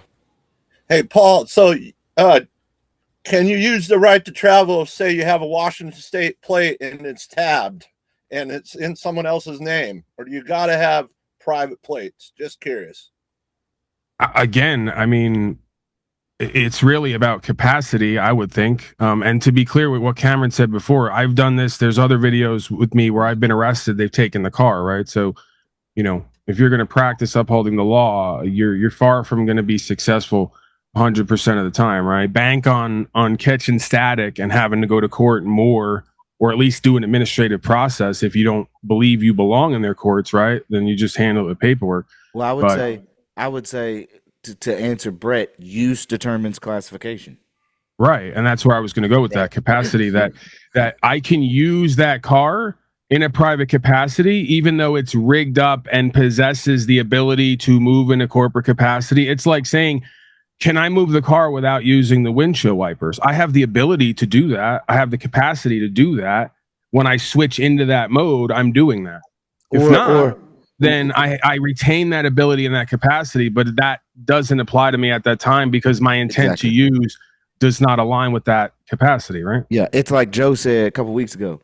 I can have a real estate license, right? And if I go to a party and I start talking to somebody about homes, that doesn't mean I'm in the use of my real estate license at said time. Right. Well, it's funny because we're going to go into this right now with Valdez. He's actually going to ask a really interesting question about what I do for a living, right? And he's going to start to invoke, in a way, the commercial capacity in his own way, right? And I found that to be. Then at some point here, he asked me to give him the name that's not my name that the government created and gave to me, right? I find that to be interesting and fascinating. Him indirectly admitting that there's an account and that's not my name and the government created it and gave it to me to use in a commercial setting, right? That's my account to charge or to generate credits for benefits and all the rest of it. He's aware, they're aware that this is not your name. This is a name the government gave you to use, and they want you to give it to them because then it gives them the jurisdiction, right? Now you're in a corporate service capacity because you gave us that instrument that the government provided you, whether you know it or not, to operate on the waters of commerce, right? It's called a citizenship. See? Right. Citizenship. You have the citizenship to navigate the waters of commerce. You are not the citizenship, right? It's a vessel, right? vehicle code. We don't follow that. The Supreme Court does. So then we're not the feds. We don't operate under the Supreme Court. But you swore. He don't operate under the Supreme Court. Swore an oath to uphold the law of the land and the Constitution. Absolutely. The Supreme Court is the highest law of the land. But ours is under a municipality, and ours is under the Jefferson County Division. So you'd have to go to the Jefferson County for anything. Has he issued you any ticket or done anything? No, sir. Well, exactly. So we're in a common state here of just talking about the situation, and that's it. And you're being cordial, and that's a good thing because we need to have these discussions. Well, that's it. And so that's what he's discussing with you. So understanding your beliefs and what you think aren't necessarily ours, because we have to practice certain things. There's an understanding there. I hope you know that.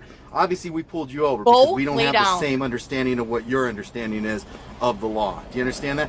As long as we have a common agreement on that, I'm good. You're going to have your definition of it is. We're going to have what our obligations are. But what is yours based on? So ours is based on Colorado revised statutes and traffic codes that we are to enforce. That's what our... Okay, what did he say? Statutes and codes. Okay, statutes and codes. Statutes and codes. And they don't conform with superior code, even though we have supremacy clause according to their legal system, right? We don't follow Supreme Court and federal code here, even though supremacy clause exists, right? We just kind of do whatever we want to do and enforce our statutes and codes, and we're not really interested in checks and balances, right? Which is like 8th grade civics. Even though this is not complete because the notwithstanding clause is not included from the original 1871 Ku Klux Klan Act, every person who, under color of any statute, ordinance, regulation, custom, or usage, regulation would be code, causes to be subject any citizen, I'm gonna bring it forth when I need to, of the United States or any person within the jurisdiction thereof, deprivation of any rights, privileges, or immunity secured by the Constitution or laws, shall be liable. Action in suit, in equity, or other proper proceedings. Again, any statute, ordinance, regulation, and or code. The term trafficking means to take goods from one place to another. I understand That's why drug trafficking is defined as taking drugs from one place to the other. I'm not trafficking anything. I'm traveling, sir. Listen, by our standards and our Colorado revised statute, you are an operator of a vehicle operating a motor vehicle. This is a motor vehicle. And I could sit and I could have coffee with you, and I'd love going into this stuff. But I'm just telling you the way it is and how it works for us. And that's what he's trying to tell you is the reason why you was pulled over and all that stuff. And you said, I'm just a man, I appreciate that and stuff like that. If he's asking you for identification, you don't want to give it, I understand why you're not wanting to give it and why you believe that you don't have to give it and stuff. If he were to ask you, what would your name be given by the corporation or the land, as far as government, as what we see as government, would you have a legal name under that? What would be your false name that you be giving? Oh, shit. What would a legal name? What would be your false name, Paul? Well, that's interesting because in the U.S. Code, it outlines jurisdiction, dual jurisdiction, and it talks about a legal person versus a natural person. Maybe that's what he's referring to, the legal entity, which has benefits and privileges. You know, the thing that Tanawah and others are arguing for, the legal side of things, your legal person versus the lawful person or the natural person who's endowed by their creator with God-given rights. See the game? Yep. Right. So they're admitting they know there's legal entities and legal persons and they don't have God-given rights. They have duties and obligations to a society. Tanawah even said that to me last time I was here. We got to give up some of our rights in order to engage in society. No, I don't. I'm not giving up my natural rights to engage with a legal society. You'd have to be out of your mind. Okay. I'll do the opposite. I'll give up legal society and corporatism for my God-given rights. And that's exactly what the fuck needs to happen, and that's what's going on here, right? Right. So the government name that we go to that would be given to you. Do you understand what I'm saying? Yep. And if you're comfortable in providing that with him, that's what he wants. Yeah, I'd rather not provide anything because again, once I provide any kind of information, I'm contracting with him. Understand. And I would rather not contract with him. Again, this first of all, again, we can go back to you guys' rules. Those red and blue lights are not to be pulling people over. Those are emergency lights. They're to be used for people to move over so they can move past. Just by me pulling over, I have submitted to something that I know is incorrect because the purpose of those lights are emergency lights. They're not for pulling people over. So I did so because I understand that in today's day and age, that if I do not do that and I go like this and say, go ahead, which is what it actually tells you should do when a policeman pulls up behind you and the regulation says, oh, roll down your window, pull over, and wave him on. I did not do that because then he'll say, oh, you were trying to... I understand the psychology of how most officers think. I understand... You complied and you pulled over and stuff, and that's a start. Because I want this interaction. I want the interaction one way or the other. We have to get it on record. Have you interacted like this in a court of law already? I would rather not get into that. Understood. But and if you have... I have a lot of experience in a courtroom and with the material. Perfect. And so with that being said and stuff, I just want you...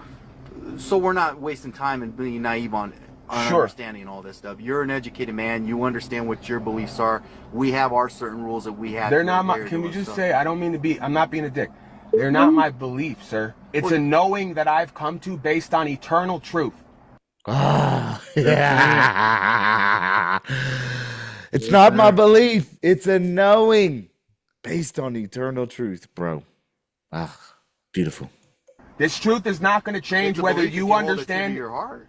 It's a conviction. It's a conviction. The same thing the court will have to use to either convict me or not, because it rests in my heart and it cannot be changed by any other man's belief. A belief and a conviction are two very different things. I understand. I understand. And you hold it true to yourself. Absolutely. I live by certain. See how they treat Paul? That dude straight up said, and you hold true to yourself. You ain't everything that we've thrown at you, you haven't succumbed to yet. And the cop saying he's understanding. If you listen to the cop, he'll say, I understand. Yep. All this is if you really boil it down, is the respect from one man to another. And that's the only way we're going to get to the next level on this. We got to make our servants respect us again and the law of the land. Right? I think honestly, between this one and I have another one, I have one where I've kind of, spoken my truth on that. And, there were 3 or 4 troopers out, and then, the corporal or sergeant came out, their lead supervisor at the time.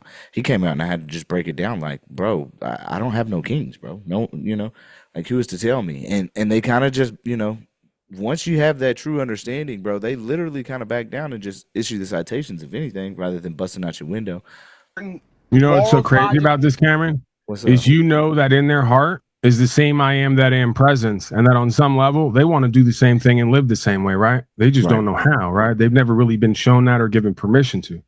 Or seen anybody do it, really truly, and with conviction, like you say, yeah. In ethics that I hold myself to at all times. You have a belief in the Constitution. Not a belief. I have a knowing that the Constitution is codified based on universal law, that no man has the right to rule over any other man. That will always be a truth since the day we came here to the day we die, because it is illegitimate and is based on coercion, duress, and force. So you have a knowing. I have a knowing. It is unchanging. I am the same yesterday as I am today. Yeah, is this Valdez? Yeah. Yeah, Valdez, you've got him. You got him. You got him locked in already. Oh, the Lord's got him, if you want to go there, right? Yeah, I'm just saying. The Lord's got him, as they say down south. Energy, your energy translated over. Yeah. Yeah. Today as I will be tomorrow. Okay, and I hope you can respect that. Obviously, we have a knowing and understanding. You have a belief system that you are adhering to, and it is not in line with truth, sir. It may not be in line with your truth. No, the truth is unchanging. You have your perspective, I have my perspective. Well, that's just it. That's a difference. By us conversing, we come to one truth. Absolutely. And that truth is unchanging. We may not come to an agreement on the truth, but we will come to a truth. The universe has one truth that we all must come to understand. If we don't, we will suffer consequences, individually and together. I appreciate your cooperation and sure. Understand with it. You've been more than pleasant to deal with on it, and I've dealt with many people that have the same understanding of things as you do and stuff like that. So let me talk to my officers and see what the plan is here and stuff, and I appreciate your cooperation. I appreciate you, sir. You've been cordial with me. You had a good rapport with me, and you haven't been forceful in any way. I got no. Paul, have you given up your name at any point?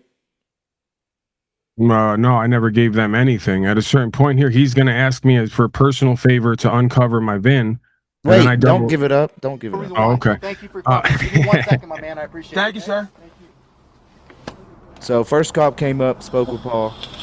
Supervisor came up. By the way, he was partially right in the sense spiritually, right? That later I had this revealed to me as well, that a population who refuses to govern themselves and know who and what they are, and what the truth, life, and way, there must be something to fill that vacuum, and that's what these people all are, right? Yeah. So I was correct, but I was also wrong. He was correct. We were also wrong, because it's paradoxical, right? It's a half truth, you know, that what I'm saying is true, that if we don't understand this and walk this, we are gonna experience pain and suffering individually and together, right?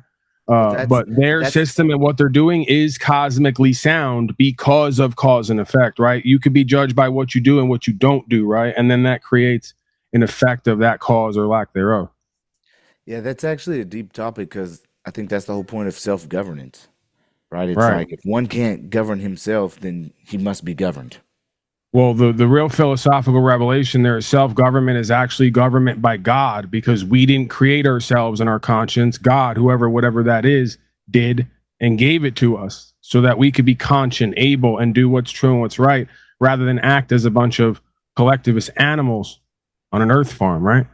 So you could argue self-government is actually government by the God within, right? Or the God of creation through the local mechanism we call conscience. Right.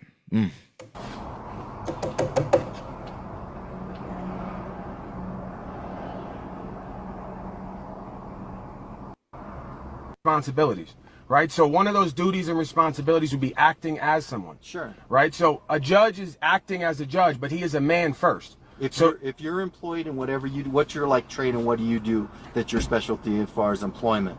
Would you be referred to your title of employment? So like if you were a DJ or something at a club? Absolutely not. So how do you? Absolutely not, because that is an ability to respond. That is a responsibility that I take on in order to generate currency in this realm. But who I am and what I am is even beyond a man, because the man is I'm only taking temporary possession of my physical body. But how do you end up doing it? Like how would you classify your job title and stuff like that? Yeah. This guy's distracting me. I'm sorry. I'm sorry. If you had a job title, like how would you classify yourself in a job title? To work, if you do you work? Of course. Okay, so you do work and you get U.S. currency and all that stuff like that, and you do have to pay taxes. And I don't get into all that. I'm not going to get into all that. Regardless of that, if you have a title, do you have to put a title? If you go to apply for a job, do you have to adhere to that title? I mean, that title, while I'm operating under that. Just so we're aware, title is actually pretty important too to kind of go into. Just a little bit, because title of nobilities are actually illegal. So the Constitution of the United States of America, Article 1, Section 10, Clause 1 prohibits the granting of a title of nobility. Quote, no state shall grant a title of nobility, unquote. Since the granting of a title of nobility is absolutely prohibited, the court would lack subject matter jurisdiction to enforce a title of nobility and its attendant rules and regulations. Right, so the Utah Supreme Court has stated that the, quote, ability to drive a motor vehicle on the public roadway is not a fundamental right, but a revocable privilege. It's almost like an inversion land when they give someone a title of Esquire or any of these other titles. It's almost like it's legal, but it's unlawful, right? It's almost like we have a corporate takeover of this land and the law of the land using legalism, right? There's a legal society and a law society for a reason. There's two of them for a reason, right? So it's very important that we understand the difference between legal and lawful, legalism and corporatism, fascism essentially, versus, I guess you could say, spiritualism, right? Who and what we are before we incarnate here, and then how that bleeds over into our day-to-day lifestyle here, right? Right. Well, they use currency notes, so they are held to the U.C.C.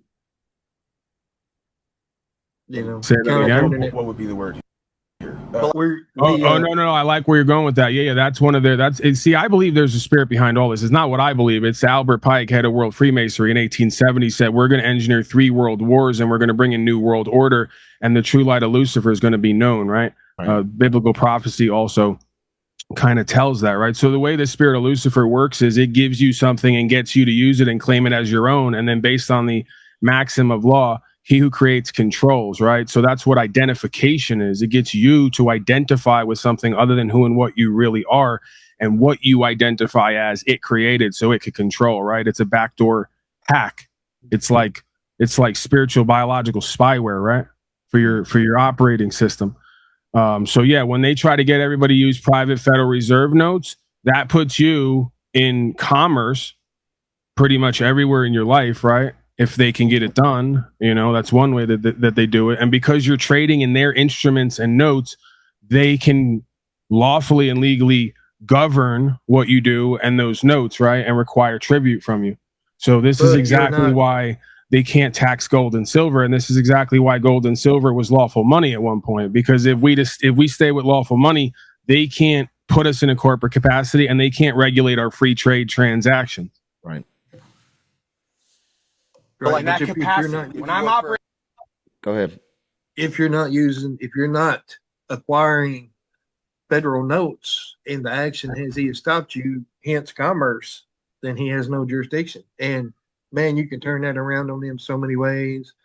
Well, how about this? Even in their legal code, if I get Federal Reserve notes, but they're gifted to me because I don't have a contract, right? And I never gave you a bill, and I never did that corporatist contractual process and procedure. I just gave away everything that I am, right? I'm doing voluntary service, like how the Christians used to say, right? That's what the hospital was all about. Hey, you show up and you do what's right because it's right. You don't show up and do it because you get a paycheck. Right. So imagine a world where everybody just did what was right because it was right, and then got all the abundance and blessings back from the people with God, and didn't expect a check to do what was true and what's right. We'd have a different, different society. They can't tax gifts, right? They can only tax income and revenue, and you better go look at what that means and how they define it. Right.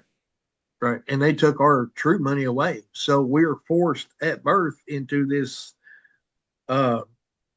federal note foreign currency, but they have to give us a remedy. So that's why I love the 1-308. I love it so much because that reserves all the rights. Well, what's crazy about the spiritual game here is every action has an equal opposite reaction. This planned collapse that I believe is coming right on the 100-year anniversary of a Great Depression, 1929, is engineered. And I contend the answer to it would have been to go back and hold gold and silver, which is now going through the roof in value, right? While the dollar is tanking and losing its value that it never actually had because it's backed by nothing, right? So literally the answer is to just walk away from everything and give them their shit back. If you sent all the Federal Reserve notes back to the central bank, they wouldn't have to print up more, right? And the way that you would do that is by trading them in for gold and silver and holding that instead, right? Lawful money. Right. That would completely change the economic and spiritual situation. See, there's 5 things like we need to do to change the economic and spiritual situation here, right? Right. Let Caesar have what's Caesar's. There it is. See, and I'm glad that you brought that up because a lot of the slaves think that means pay the tax. No, that being was saying you all created these coins with your face on it, right? He who creates controls. I'm giving you all that back because we're going to hold the truest asset and resource, which you all cannot govern because it's above and beyond your limited plenipotentiary powers.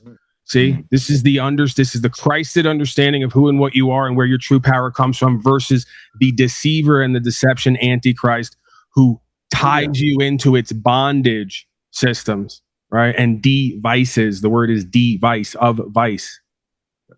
And it's all psychological. That's all it is. It's all bullshit. Yeah, it is. As the mind goes, the man follows, right? All is mind, all is mental. Ancient Hermetic wisdom. Yeah, see, silver and gold comes from God. It comes from his creation.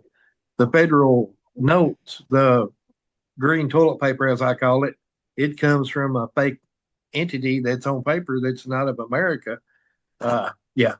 It comes from the mind of man, right? Instead of the ground, which where it will return, just like we are. Yeah, when I'm on their clock and I'm taking money from them back to commerce, right? If I'm employed on the roadways, then I'm classified as a driver. So you would refer to me as a driver. But if I'm not taking money to do a service, then I have no classification or title. Which well, that's why I asked you about it. Like if you were a DJ at a club and stuff, and you were taking money from. I'm DJ. I'm DJ jerk off. Yeah, you know, whoever.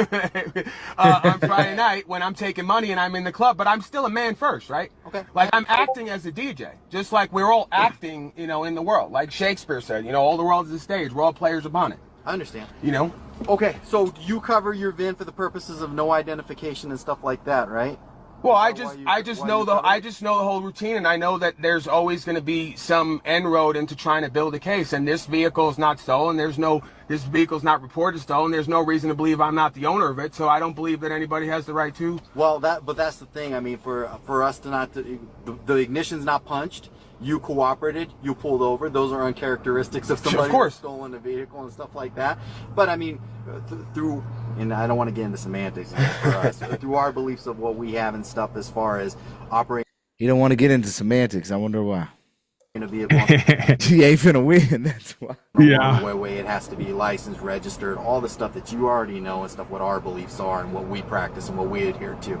VIN has to be present, all that stuff that we have. There also is officer discretion on all these things. Yes, because if I provide you with an understanding that, leads you to a deeper understanding on your end of what I'm out here doing, and I'm not causing any loss, injury, or harm, then you've been more than cooperative with me, and that's why they called me over here and stuff so I could talk to you about this, because I'm also fascinated by all this stuff too. And that's a good thing, man. It's great to see. Well, I want to educate myself on it. But that's the thing. You say it like it's common sense. I've dealt with a lot of officers, and they'll tell me, listen, I don't even care what the truth is. And they'll tell me, you seem like a smart guy, just do as you're told. I didn't even do that with my own parents. I'm not going to do that with anybody in this realm. I do what the truth leads me to an understanding. What happened, Paul? Yeah, I would love to have coffee with you. Anyway. I'm sure you would.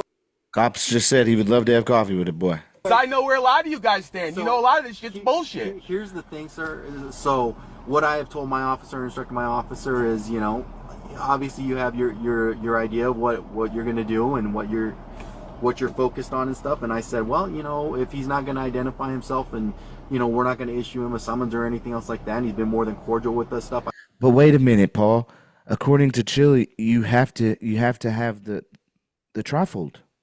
Right, and Paul Enslaved is going to get everybody hurt and killed, as if all of history wasn't replete with examples of people who voluntarily got themselves hurt or killed, if necessary, to do the right thing. That's the difference between a man who practiced his courage versus cowardice. No, yeah, Paul. I know. You're showing people. You're showing people. You're showing people the wrong interpretation, and you're going to get people hurt.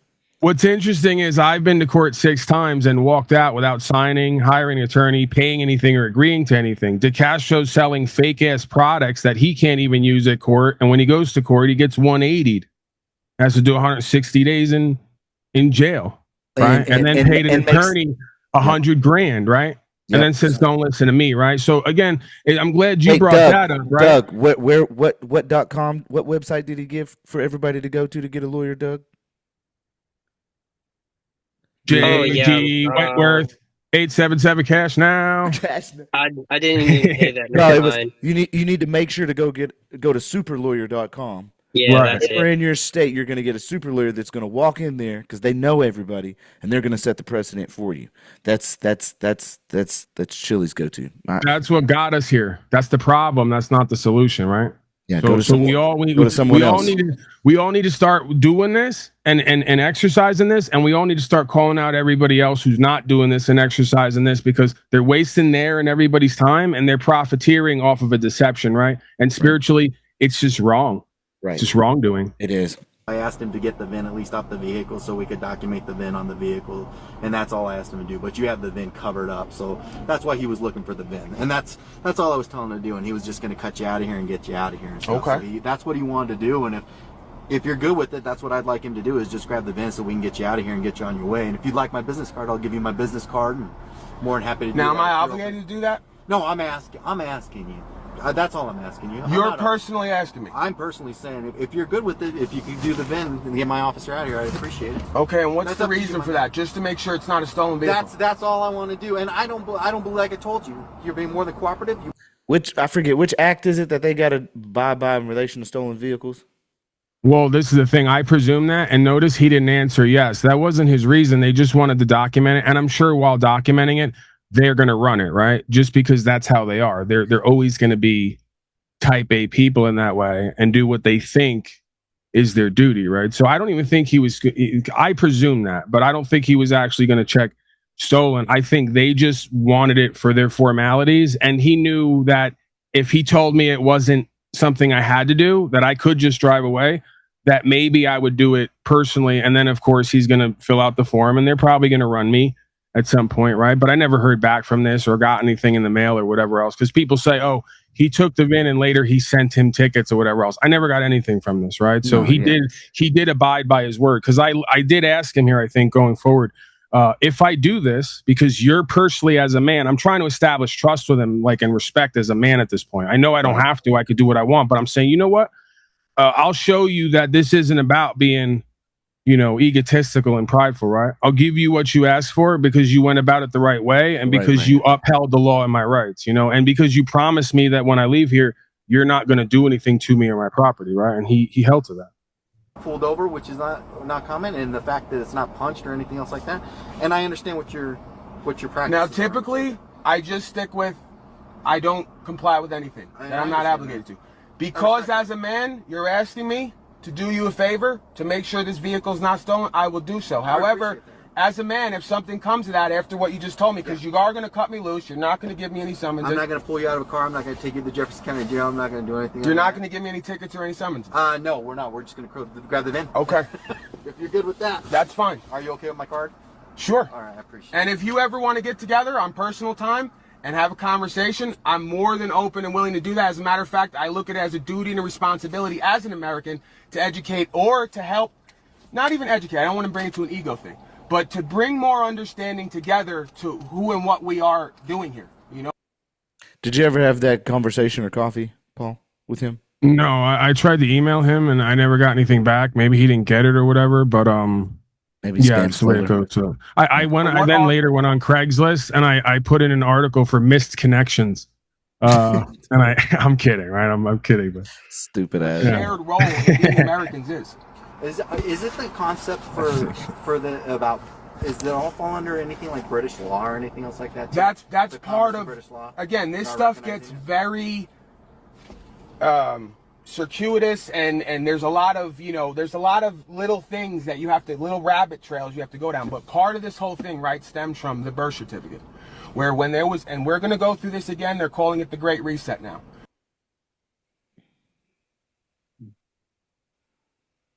In exchange for their rights, and all they had to do was be given a number and a secondary name. What about the vaccine? Totally against it? Absolutely. Yeah, so I edited this stuff out because they blocked and banned my channel for this conversation. I converse with them the same way that I talk to you. I try to be loving, I try to be compassionate, I try to be faithful, and I try to deliver them a message that touches their spirit, so that they can open their mind and heart to the truth that we're all supposed to be experiencing here. Yeah, that's fascinating stuff. Okay, well, I appreciate you talking to me about it and stuff like that. I appreciate you having a care in your heart, man. There's not many people nowadays who care for anything, let alone truth and what's right. It's a crazy world right now. Absolutely. As you know. Absolutely, and that's why we need to do our due diligence and we need to be vigilant as far as serving truth. Because we can serve our belief systems, our egos, our careers, all this nonsense. If we don't serve the one truth, we're all going to lose it all soon, sir. We're going to lose our economy, our currency, which is a fiat currency backed by no gold and silver. It's losing its value day by day. They're moving over to electronic currency. There's a reason for all this stuff. This is not conspiracy theory.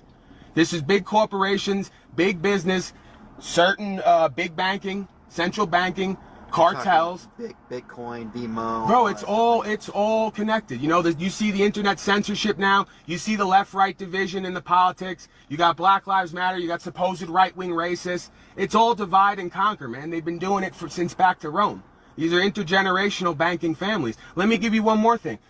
Go look it up. Bridget d'Avignon. She was 12 years old. She went down in Guinness Book of World Records, the first historian to find out that all the presidents except for one are blood related back to one king. Okay? A king of France. All the presidents except for one. And this is all verified by mainstream media. What is it, Bridget? Bridget d'Avignon. And then you can search up 12-year-old presidents related as keywords. And it will pop up on YouTube.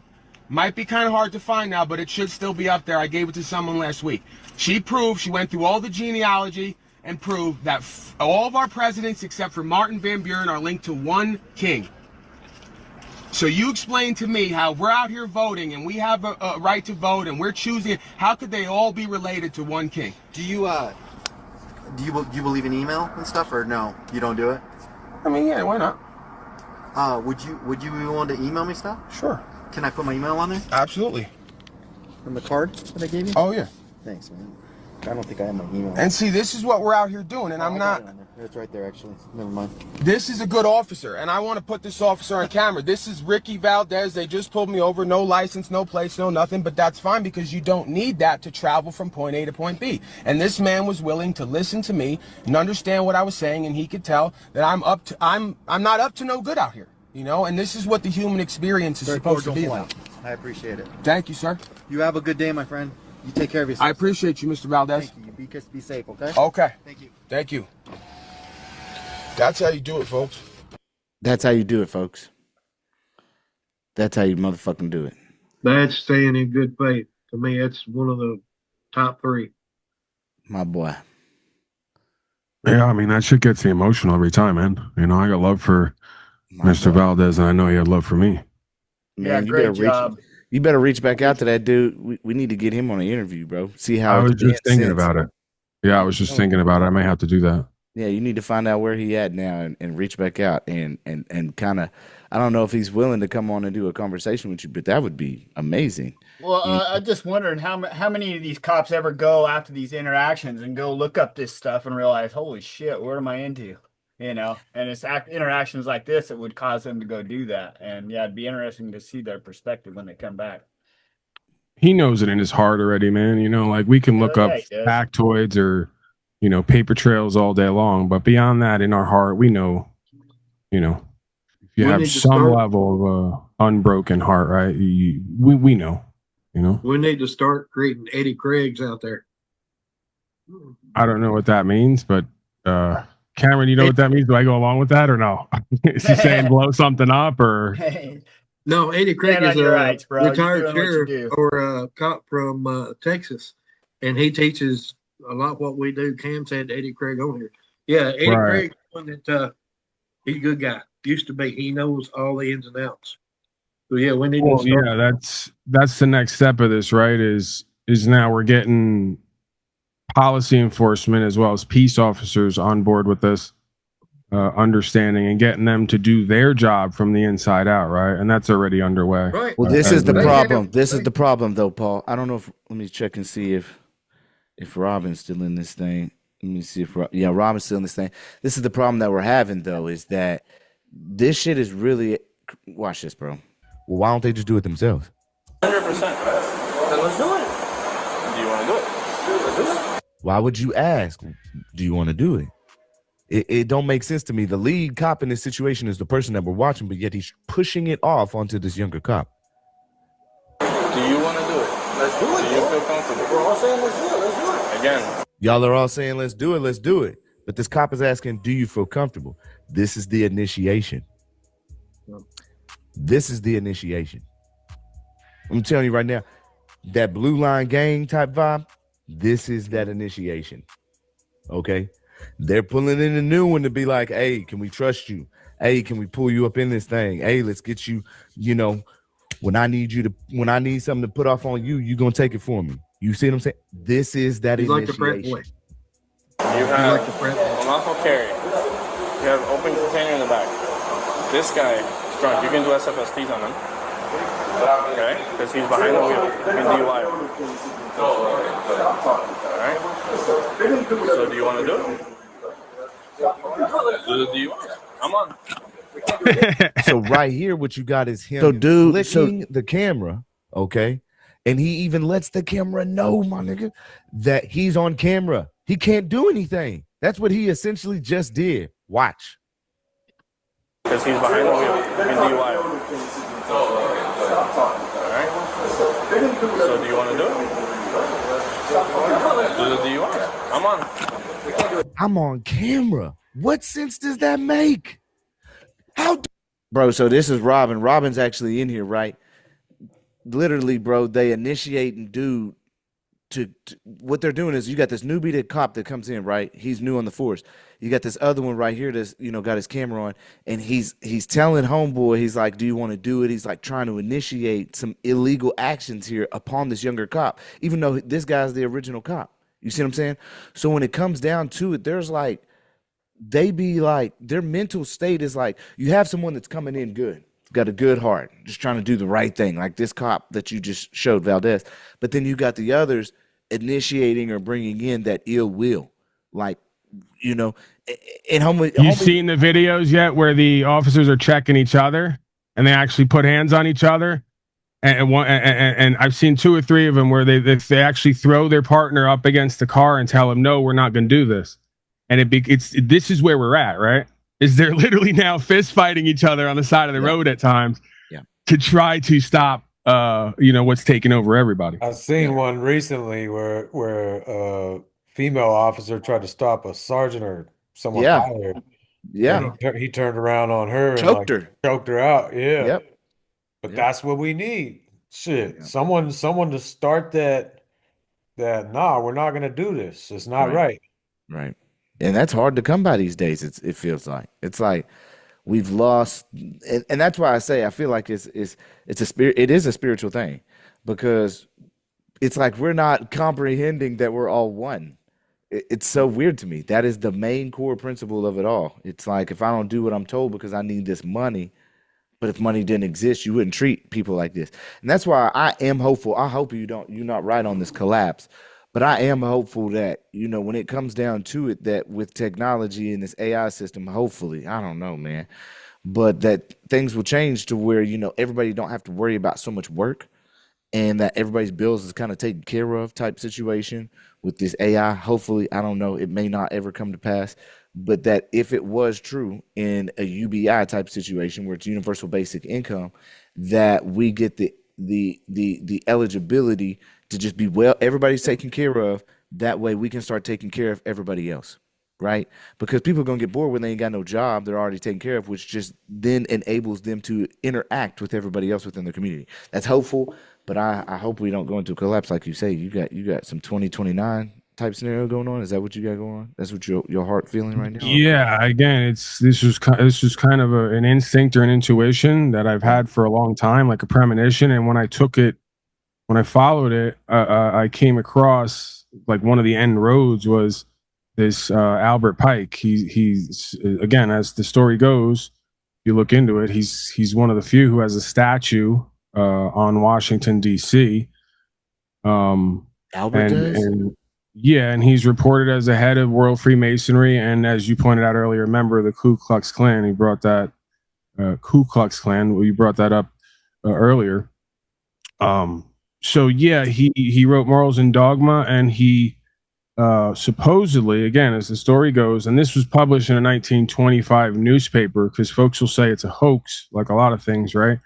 But we have a newspaper article where the letter is in the article in 1920 something, I believe, right? And in that letter to Giuseppe Mazzini, one of the head central bankers, they outline a plan to foment 3 world wars that leads to essentially what they call the revelation of the power of Lucifer and its kingdom, right? This is their own words, right? So it sounds crazy, sounds wild, but if you overlay this idea on all of world history, it actually starts to make more sense. And then you go to biblical prophecy, and it talks about end time scenarios and a kingdom of Shaitan reigning for a certain amount of time, right?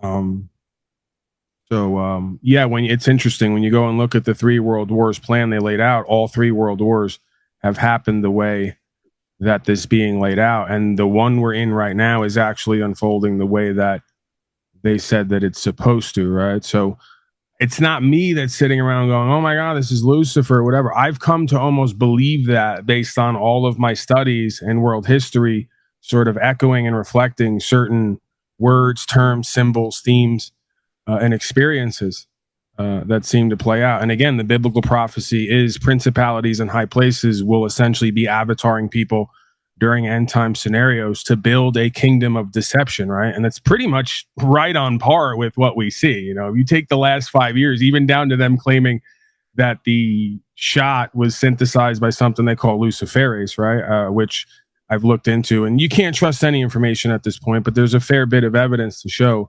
that there's something else going on here, right? On a spiritual sort of metaphysical collective level, right?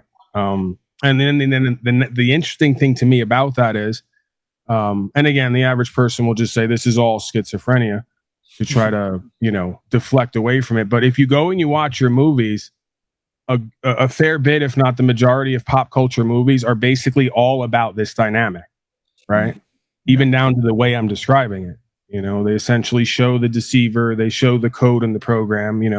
I could name, Matrix as an example. That a lot of these pop culture movies are essentially these power and value dynamics and sort of paradoxes broken down and presented in entertainment format. So, yeah, the story's there, the game is there, right? And we can almost intuit this or have this revealed to us through our internal beingness and our day-to-day experiences.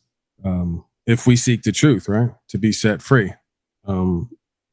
I think that's what this is, Cameron, right? The apocalypse means the revealing of the truth that's always been. And I think that the truth here is actually stranger than fiction, right? And I think that a lot of the fiction or the art is imitating life, Paul, this is your channel. Go ahead and give your info, bro. Sure, yeah. I mean, I'm everywhere pretty much as Paul Unslaved. My first channel was Shadow Band. I can't really get more than 15, 20 live viewers on a 23,000 person channel. So we moved over to Proper Instruction Motivates People, youtube.com/@pimpunslaved, right? The pimp is an acronym for Proper Instruction Motivates People. And my tagline is the whole world is pimping and hoeing, they just don't know it. And it's kind of a tongue-in-cheek takeoff of power and value dynamics and the dynamics between man, who has become the whore essentially, or the servant of a wannabe pimp class, right? What that looks like, feels like, how that all works and how it correlates. And also not potentially, but based on my own firsthand experience, how we can free ourselves from that dynamic, right? Yeah, and you about 2 months ago, you did speak on the Albert Pike a little bit further, seems like, on a live stream. And yeah, what have you been covering lately? I've just been if I don't go over certain legal awful themes and touch on certain things, I go over the current events, in quotes, breaking news, and then I bring a perspective of, a broader perspective, deeper perspective of the connections and maybe why a lot of this stuff, I pose certain questions and I propose certain ideas of maybe why a lot of this stuff is happening. That seemingly makes more sense to me in light of what I believe I know, right? I want to say everybody unmute and y'all say good job, Paul, at least for standing up on our rights and coming through. Oh, we're doing the good job thing. All right. Yeah. We appreciate you, American. Good job, Paul. Listen, thank you for coming on, Paul, taking your time. Right. And I want to, and hopefully, faithfully, forget about hope, right? Hope is as hollow as fear. Faithfully, thank you back to all the folks here who are taking an active role in their life, their rights, freedom, principles, spiritual faith, and by proxy, everyone else's, right? Because as Cameron pointed out early, on the highest level, we are all I am that am, right? So there is a one truth, one life, one way there, potentially. So, that goes back both ways. Yeah, everybody here, bro, they be standing on it, bro. They be going through their cases and then they bringing forth lawsuits. So we, it's like lawsuit season right now. And not everybody is able to get the same reaction or respect that you've been able to receive. Robert, with his situation, he had his windows busted out with kids in the car. I'm talking about baby in the front seat, holding the baby, busting out windows. Kane's the same way, hey, are y'all going to harm me by any method of assault, just for standing on my fundamental rights, breaking windows, right? So we got a lot of people that's just getting fucked up out here that's finally bringing forth lawsuits. And I think, your situation brings forth a lot of hope, that these other cops out here, wherever they may be within, our nation, upholds their oath like, me and you have both been able to receive. But it seems like most people now are just getting their windows broken out, regardless of what their stance is. So, well, you got to figure, man, that this is an idea whose time has come. This is a cause, right? And this isn't an ego pride thing. This is a cosmic thing. So if you wanted to look at it like this is not an organization, right? because we just all assemble. It's not an organization. But if you want to look at it like an organization or a gang, then this is part of putting in your work and making your bones, right? Again, we're not talking gangsterism and thuggery. That's them. That's the other side, you know. But the spirit, in a way, remains the same, right? That for this we may have to die or go to jail, right? You know, that's just the reality of what this is. Always has been, always will be. So, you know, we got to kind of start to see it that way. That when we get our windows broken out and we get taken to a box, that's part of putting in work, right? That's part of riding for our side, right? And for what we see as true and right? Without actually doing loss, injury, or harm to anybody. You know, we're not doing a drive-by. We're doing a drive with no license. You know what I'm saying? So, yeah, you know, that's part of what allows us to be on the path of honorability, good faith, and respectability is, hey, man, we don't want that. We don't like that, but we're willing to get our window broken out and God willing, hopefully not our head broken, right? Like none of us wants that. But the reality of it is, if anybody's going to practice this, it can go left, right? And you got to really be convicted and really believe in what you're doing in order to be able to justify that to yourself. Yeah, well, I think this spiritual battle is coming forward too a lot more, because now I've been called back to Utah to fight a fucking billionaire over a fucking data center moving in on my dad's property. So, you know, and that just came out of the blue last week.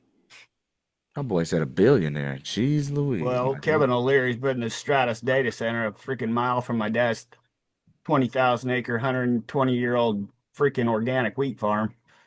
Damn. And sucking the lake dry. That's crazy. Fucking parasite motherfucker. Yeah, that one in Utah is making a lot of noise. That's my fucking valley, man. We've been 120 a lot years. of attention. That's crazy. Yeah, no, there's been what? Brett's on screen, Robert's on screen, Kane's on screen. All three of them got their windows broken out. So they've standing on it. And Robert and Kane are bringing lawsuits already. You know, so we got 2 federal lawsuits right there. Brett's trying to get through his situation so that he can bring forth a lawsuit. I mean, he could bring a lawsuit. Yeah. I mean, real talk, Paul, when I first seen Paul's video back then, that was like one of the staples that made me open my eyes and start realizing how my rights was being trampled on. I was like, started digging in right away, dude, and started researching. And I was like, oh shit, this is wild. Yeah. So when I went through what I went through, you know, a lot of it was because of videos like Paul's or Jackie Fig and you, Cameron, and that caused me to start researching the codes and like, oh yeah, we for sure got a right to be traveling without being taxed. Facts. And so that kind of just, you know, those of you who see my video, I remained calm, cool, collective the whole time and just let them do what they were going to do. Yeah. And did you get the dismissal? I fought for over a year trying to get that. I was dumb as a box of rocks in the court till, you know, I met Cam and he brought in some level of calmness to the situation. But they eventually offered, hey man, off the record in the DA's office, she sees my keys on her desk. She's like, did you get your license? I said, absolutely not.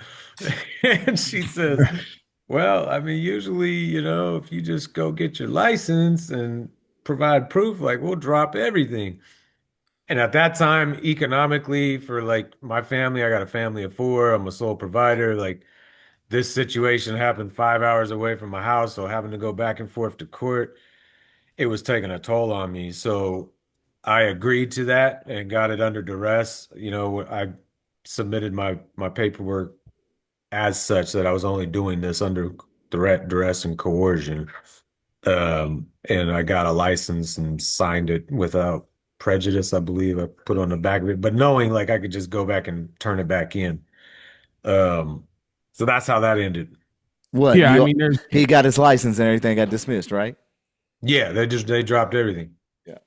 Well, yeah, of course. It's not really about legitimizing their code, which is based in beliefs. It's about compliance, you know, right. As much as they can gain it. But going through that experience really just solidified everything I was researching. And like, bro, we're not a free people right now. Like if we don't have the ability the liberty to move about as our conscience dictates, then we got big problems on our hands. Yeah. Well, you see too the spiritual game of Mammon and Molech, right? Like the idea of serving two masters, and everyone has the same idea that I can't give up the money to feed my family, so I got to give up my rights to get the money, right? And that's all that this is collectively is one big sorcery ritual of we're going to get you to serve this rather than that, right? And I'm not picking on you or blaming you. I'm saying anytime you can renegotiate on that contract, cancel that account. But again, this is why I tell folks, and a lot of your other legal gurus out there, I won't name names, they're in debt, right? They're in debt with the central banks. They need loans, they need benefits, they need privileges to upkeep their life. So they're already in bondage. They can't be who they're born to be because their monetary situation owns them rather than their monetary situation working for them, right? So we need to get back in touch with who and what we really are and serving that idea, and then understanding that one of the ways to do that is by eliminating debt as much as possible in our life. And guess what? That may mean we may have to live more simply and humbly. Imagine that, right? That on a path to spirituality and faith and honorability and sacrifice, we may have to give up some of our pretty and nice things in order to not be a coward and a slave, right? That makes sense to me. I'm my own business owner, and I'm taking steps and have been studying a lot, trying to get everything out of my, because I've made that same connection you just talked about. It's like you cannot exercise liberty on a level you want to because you're constantly in bondage to this debt slave system. So I'm trying to make moves to exit and really, basically own nothing and control everything. And I feel like that is the name of the game, to exercise a level of freedom where you are not interfered with and have no duty to comply with some of these unlawful requirements they're putting on people. I think part of it too is establishing your base in your community, right? And replicating in the sense of you're bringing the content and the understanding and the practice, and then other folks are going to contribute to what they get value from, what they find value in, right? So you start to replicate your own circle of trust and circle of value, right? The sphere of influence, so to speak. And you keep that in the private, so you're not getting any income and revenue, right? Back to that whole gifts are non-taxable idea. So I think that that's another way too, that if folks downsize, they live within their means, right? They stop trying to get all these extras because they think that that's where power and value is. And then they focus on investing back in themselves, right? And their sphere of influence and value and character. They start to generate a livelihood for themselves outside of the public ledger and the legalistic corporatistic system and its dictates, right? I think that's another answer to this situation, right? Free trade and if you want to say gift economy, in a sense, right? Hey, can I talk for a minute, guys? Go ahead, Matt. Hey, man. One of the I was just listening to you guys talk about being self-employed. We got a issue with the state of Florida here. They want you to be an agent to collect sales tax for them, right? So they want you to turn in the sales tax after you get it from everybody. And what's crazy is I opted out of it, and I participated in it for about almost 30 years. Mm-hmm. So I knew everybody on first name basis with the Department of Revenue. But about 2.5 years ago, I filled out a form. I made sure I got rid of all my LLCs, all my DBAs, all my sole proprietors, C corps, S corps. I got rid of everything, and I just operated as myself, as a man. Wow! And everything was going smooth until I was going through a divorce, and I think this bitch called the damn Department of Revenue and told them that I was basically engaged in commerce. You know what I'm saying? So you have a marriage license? Oh yeah, I'm trying to get. Like I said, I'm trying to get through this divorce, but she's running from 2 felonies. So, see, I'm just pointing out that there's always a contract on file where you voluntarily brought the state into your interests and equity. Right? Absolutely, I agree with that 100%. Is where the citizen slave hoe keeps getting fucked and fucking themselves. Excuse my language, but we're in slavery and genocide here. So if you're put off by my language, this probably isn't for you anyway, right? So, yeah. Again, we have to cancel all of our contracts where we voluntarily, whether we know it or not, brought the state into our property / interest or equity, however you want to phrase that, right? Because Yeah, they're once absolutely. they get a foot in, they're going to say, "Hey, you're broad over here, who you were supposed to be able to manage, or work together with, however you want to put it, right?" They're going to go to pimp logic. You can't manage your broad. She's over here complaining to another man how you ain't shit. So now we got to come in and pimp on everybody, right? And get everybody right. So this is part of the reason too that we need to, just real quick, because I think it's important, we need to start selecting mates who are on that same level and on that same page, right? Because this is how a siren undoes a kingdom and kings, right? Is we keep bringing, and queens as well. Queens keep bringing beta males into their circle, right? And kings keep bringing beta females into their circle, right? Who want the state and its benefits and privileges and believe that code is law and don't want to let their man be that head source co-creator with God, right? And that reflection, right? They want the state to do that and be that. So men really need to select the proper mates that they're going to bed down with, right? And plan a future, quote unquote, kingdom with, right? Because if not, that's going to undo you at some point. I deal with so many people who that type of stuff undoes them, right? Right. No, I'm with you 100%. I agree with you 100%. I found one interesting thing. I was doing a deep dive on ChatGPT. You got to get around all these algorithms and all this sorcery they got embedded into this shit to get the truth. And I found it's called it's under Florida statutes. It's 120.565. It's basically to petition the government, and I never seen it before ever. And you could petition a state agency and force them. They bring it before a hearing. And so what I did with the Department of Revenue, I sent them a petition for 120.565. They have to show what elements meet, obviously whether it be minimal contacts, the stuff you were talking about, or whatever, to where they have the authority to, basically force me into slavery.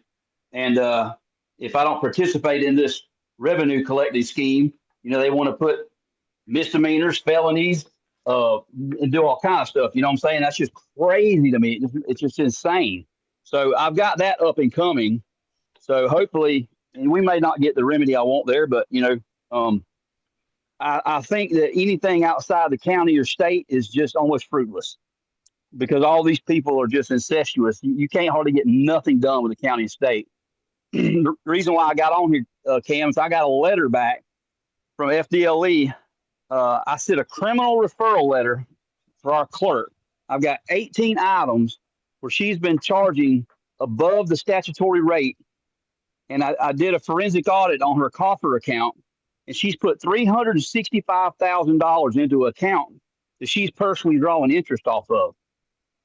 And all this stuff is criminal. I mean, everything she's done. She's got all my cases locked. I can't even go online and look up my cases. Any of my cases, nobody can look at them. And they want you to fill out some kind of notarized form for you to be able to go on their public website and look at my cases. That's insane. It's a judicial function that she can't do that. I mean, I could see if it was like a rape victim or, a child or something like that.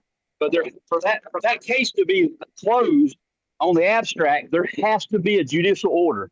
The clerk cannot close cases without a judicial order. It's criminal. I mean, what she's doing is criminal. And they sent me back a letter talking about, oh, you probably need to get legal counsel. No, motherfucker, I'm doing an 83. You know what I'm saying? Dude, I mean, I've already got it all laid out, man. I'm doing an 83 on her ass. Fuck that. Me and 4 other people are doing collectively. So you can't get nothing done on a state or county level, man. Nothing. Well, this is part of the problem is that wait a minute. He said you can't get nothing done, or that ain't true. That's not necessarily true. Yeah. Yeah, we can't make these absolute statements. We getting shit done, bro. Now I will give you the benefit of the doubt that Florida is hell. Okay. Well, I swear 60%, if not more, of the things that Wisedome has to work on is in Florida. Okay. Yeah. They are the worst state. But I'll rephrase that. We've been getting remedy too, though. We've been getting dismissals like crazy. So if they're the worst state, right? And it's interesting, and this is part of our issue. See, this is that left-right stuff, that statism. Florida is one of the few, if not the only states that put a legal claiming for weather modification, right? Oh God. And the issue is because Republicans specifically, right, the Republican states, they believe that legalism is the rule of law, right? That's philosophically one of their biggest downfalls, right? So our job is to now re-educate them on the fact that what you believe is the rule of law is the rule of statute, policy, and code in a legal society, not a lawful society, right? Which is profiteering in private prisons off of criminalizing everybody's rights. You know, this is not rule of law. This is fascism, and that's what you guys are standing for. Hey, would you? Well, I guess I'll make a little announcement for everybody here. We're looking at doing an event in September. It's looking like we may possibly be able to go out to Missouri, Walnut Grove to be specific. Kane's got some property, and we're looking at doing an all-inclusive 5-day event out there. Coming up in September. Paul, would you be willing to come out maybe to the event and speak, do some teaching? I might. Okay. I've been putting the energy out there, so I guess it's coming back to me, right? And I guess I gotta put up on that then, if that's the case. Are we talking on a stage, or I don't know if I'm stage ready at this point with my health and everything else. I don't feel quite like me, but I'm getting there. Okay. Well, we got till September. Maybe we can. Okay. There's a stage that band plays on, so it's big enough for a person to speak on. Yeah, I'm saying I'm always there. You know, I part of me likes travel, right? Everything, you know, I'm not always in love with everything. You know, everything has its pros and its cons, but I enjoy traveling to an extent. Missouri, coincidentally or synchronistically, was one of the places I was thinking about getting some property. But yeah, if nothing else, I'll definitely show up to interact with folks about what we've been doing here, right? Working in the private, you know, the difference between legal and lawful, how to stand, if you want to call it that, and present, you know, and then the spiritual faith aspects of this, which I believe are the biggest thing really. And it's talked about the least. Right. I see all these corporatists and these males, all this process, procedure, this, that, and the third. And the faith, right? The trust, equity, and faith is on the back end, and it's very minuscule if we get it at all, right? And from my perspective, that's one of the biggest things. You got to have the trust in God and this truth and this understanding to have the faith to step out on it and do the next right thing and say, hey, it may go bad for me, right? Whatever that means. Man, you know, that's why I appreciate you so much, because like I feel like throughout all the years that I've done the research and then finally took the leap of faith to do the right to travel in the first place, you know, a lot of the things that are propagated out here is, you know, like secured party creditor and change your status and do all the status correction. But for me, you know, and going in with a silver bullet, whatever document that might be into the court.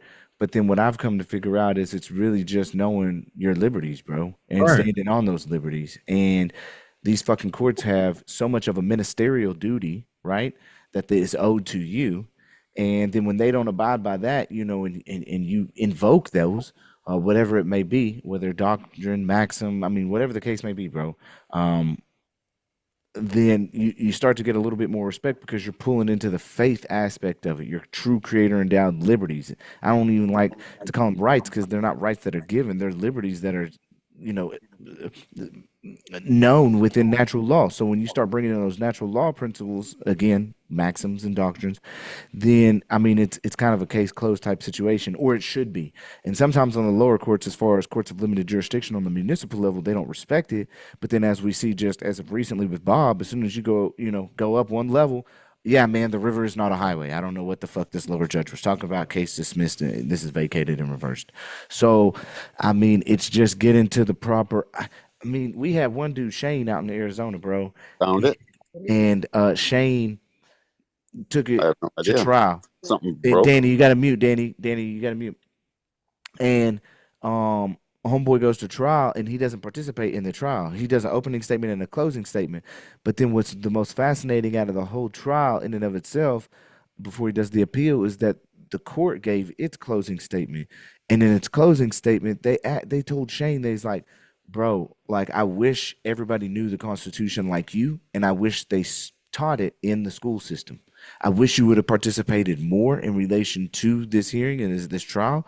because your pleadings or your documents were spot on in relation to the Constitution. And Right. I feel like we are making a change, bro. Because Oh yeah. you literally got a judge coming out and saying your documents were on point, and I wish more people brought forth arguments and knew the Constitution like you did. Bro. Like what? There's no I'm so happy that we got that from him. And so seeing that come out of these judges, and just the dismissals that we've had from people standing up all over the spectrum, bro, it's a blessing to see, bro. And that's why I say, Craig, to you, I know you want to see more, but if you're not watching, we winning, bro, and we going for that remedy. And it's only been a year, and to see the amount of growth, and I know, my channel has been shadow banned recently, but to see the amount of growth that's occurring internally, in the background of everything, it's amazing, bro. And I guess I want to commend you, Paul, for kind of sparking up, what this nation is kind of doing. You are an initiating spark from your interactions, and I just commend you for that. So everybody, that feels inclined to unmute, just, thank you, Paul. I appreciate you, bro. Thanks, Paul, bro. We Yeah, do. thank you, Paul. I liked your video. We do appreciate it. No, listen, I don't even require that. Ultimately, this is God working on all of our hearts, right, to move us to action. So, we're a part of the co-creation, and I'm here for it, and you guys are as well. That's one of the reasons. I mean, I'll pretty much go anywhere to talk truth, and how I see it in my experience. But I'm more inspired and motivated to get here, especially lately with health issues and whatever else, because this is a place where folks are actually putting it into play, right? So I try to come here, with a bit more respect and, almost like as comrades in a way. I don't like that term, right? Because of what it, the energy that might be behind it historically, but it's different from going to other venues where folks just want to talk and, sell merchandise or, push some kind of idea, right? So, man, I think that's key, Cameron, what you were just talking about. And I think that's the main thing we need to get across, right? Folks keep doing what they do and encourage more, right? Encourage more to be faithful and do the next right thing and step out on this. And I don't think I know that we are making a change, right? Because I've had a lot of the same experiences, and we have a network of folks who have the same experiences. So, we're making these folks respect and recognize. So, you mentioned the biblical or spiritual aspect of this. I was talking to a guy, and he was talking about the in terms of equity. He said, man, you just sound so mean and adversarial. And I was like, man, look, these aren't honorable men and women. They know the stuff they're doing is unlawful, illegal, whatever you want to say. And they're just not honorable men and women. They're not. I mean, for legislatures to take something so mundane like the act of driving and make it and turn it into a criminal action, I mean, that has to have some type of evil intent to it. I mean, it's just, I know it's revenue, but it's insane. Sure, we could go to anywhere with this, right? And this is what I tell these legalistic folks, to take an act like the right to bear arms and criminalize it and turn whole cities into a den of thieves where the criminals are literally running the show because the average citizen can't legally own a gun to protect themselves, right? Yeah. Wait a second. I have to disagree. It's not illegal for them to do that. It's not wrong for them to do that. It's not unlawful, but it is illegal. But this is what I'm trying to listen. It's not wrong for them to do that. You're the one that's acquiescing to it. That's what I was thinking. You're the one that acquiesces to it. We know that it's not, again, the difference between legal and lawful. In their corporate scheme and their policies and codes, you are a wrongdoer in quotes, right? Yeah. But they even call it a scheme, bro. Sure. It's like saying if I'm on the clock at Walmart and I'm working with and for Walmart, then there's 100 things that I can't do when I'm in the blue vest, right? That if I take the blue vest off, I could do whatever I want to do. Exactly. Right.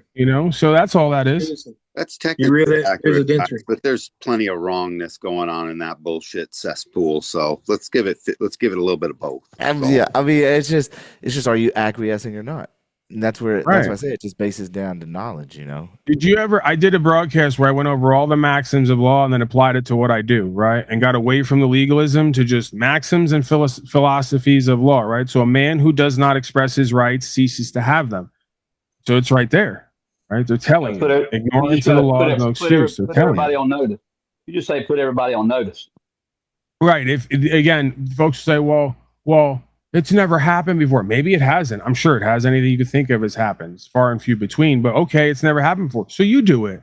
Go write your supposed wannabe slave master on the administrative side and tell them, I'm a man under God with God-given rights. I want my rights and the law upheld. You will issue a credential, or you will put your agents on notice that I will be engaging in my God-given rights, and you will not interfere and attempt to deprive me of my rights under color of law. And then it's their duty and obligation to uphold your God-given rights. If they don't, they're derelict in their duty and they're subject to sanction, right? In a corporate capacity. And again, they can put you in a box, doesn't change what's right from wrong. They're just willing to do wrong to take your property and your rights. Oh, big surprise. We're back here again, We've kind of seen this before historically. It's like literally all of human history. If you get down to 3 to 5 themes of human history, one of them is power and control, obviously, right? So who's going to have the power and the control over the individual and its future? I just hate them hiding under the blanket. I was just following orders. That's such a blanket statement, man. It's like, okay, whatever, Yeah, it didn't work at Nuremberg, and it's not going to work at any competent, capable, legitimate court on this land, right? Yeah. Cam, no, y'all are doing really good things in Florida. And that's the reason why I joined the group. You know what I'm saying? Was specifically for that. I seen the shit that y'all had going on. That's why I told you in that post, take my fucking money. You know what I'm saying? I want to be part of it. You know what I mean? Yeah, Florida's got some corruption. We fighting, man. I mean, all across the board. I'm down with just supporting. welfare checks are just turning into DUIs and arrests and resisting arrests and obstruction. I mean, it's wild out there. But we getting the dismissals. We're working on one right now with Robin, but yeah, it's very interesting to see what's going on in Florida. I mean, that's literally. I'll give you. Check this out. I had a welfare check. My ex-wife lives in South Florida. She did a welfare check from South Florida. She called up here 6 hours away. She's always tried to micromanage. She paid me child support for 9 years. I had 3 daughters. Well, she did a welfare check. Officer comes out here. He didn't like the way my ex-wife was talking to the child. Well, she was being a little brat. You know what I'm saying? Walks inside the house, tases her 3 times. She puts her in cuffs and tases her. Then she has 2 seizures out in the driveway. Put her in an ambulance, run her to the hospital. They never even followed her to the hospital like they're supposed to. And then this is another welfare check. Come out here, and I was on the other side of the property, and they issued a warrant for arrest. They charged her with resisting with violence, and she didn't even do anything. And they found out she was here and had an arrest warrant. And so I was on the other end of the property. I looked up. There's 2 deputies walking out the fucking house. So I get here, and I come in. Now, this was like a year and a half ago. I didn't really know everything. You understand what I'm saying? To be able to stand on everything. Yeah. But I knew something wasn't right about it. You understand what I'm saying? Yeah. And we just facilitated the arrest. They never seen her. Okay. They wasn't pursuing her. There was no exigency. There was no search warrant. There was no consent. So, I mean, it was 2 men armed come inside the house with no consent, no exigency, right? Or no warrant. Now, just because they had an arrest warrant does not mean they can come inside the house and breach 2 closed doors to facilitate an arrest. Okay? A 15-year-old child can't consent to them coming in the home. And she was behind another locked door, and they never even knew she was inside. And it was hearsay. The 15-year-old, give them a statement. But the whole thing they were here for was a welfare check. The whole thing they were here for was welfare check. And then I found out yesterday the fucking first officer on scene was a trainee. He wasn't even certified. What's going to happen when one day someone protects their abode as they have the constitutional right to do? Do you think that person will ultimately win? Well, yeah. See, and I do, but it'll be quite an uphill battle. But sooner or later, someone's going to take their rights real serious, and something's going to happen. You know what I'm talking about. I won't even say it, but when that happens, they'll have had every right to do that, and I wonder how that'll play out. Well, they were both in my bedroom, and she was in the shower, and she was butt naked. And this deputy, he took out a pocket knife and was going to open the door. And I told him right then, I said, Zach, I said, you know how many times I've choked you out in jiu-jitsu? I said, I swear to God, if you try to open that door, I said, we're going to bounce this fucking room all over this place. And I put my hand on his shoulder, and I said, you don't want to do that. All right. And I told the sheriff, I said, yeah. I said, I did put my hand on his shoulder. And I told him what was going to happen because I was smart enough to know that they can't breach that secondary door for sure.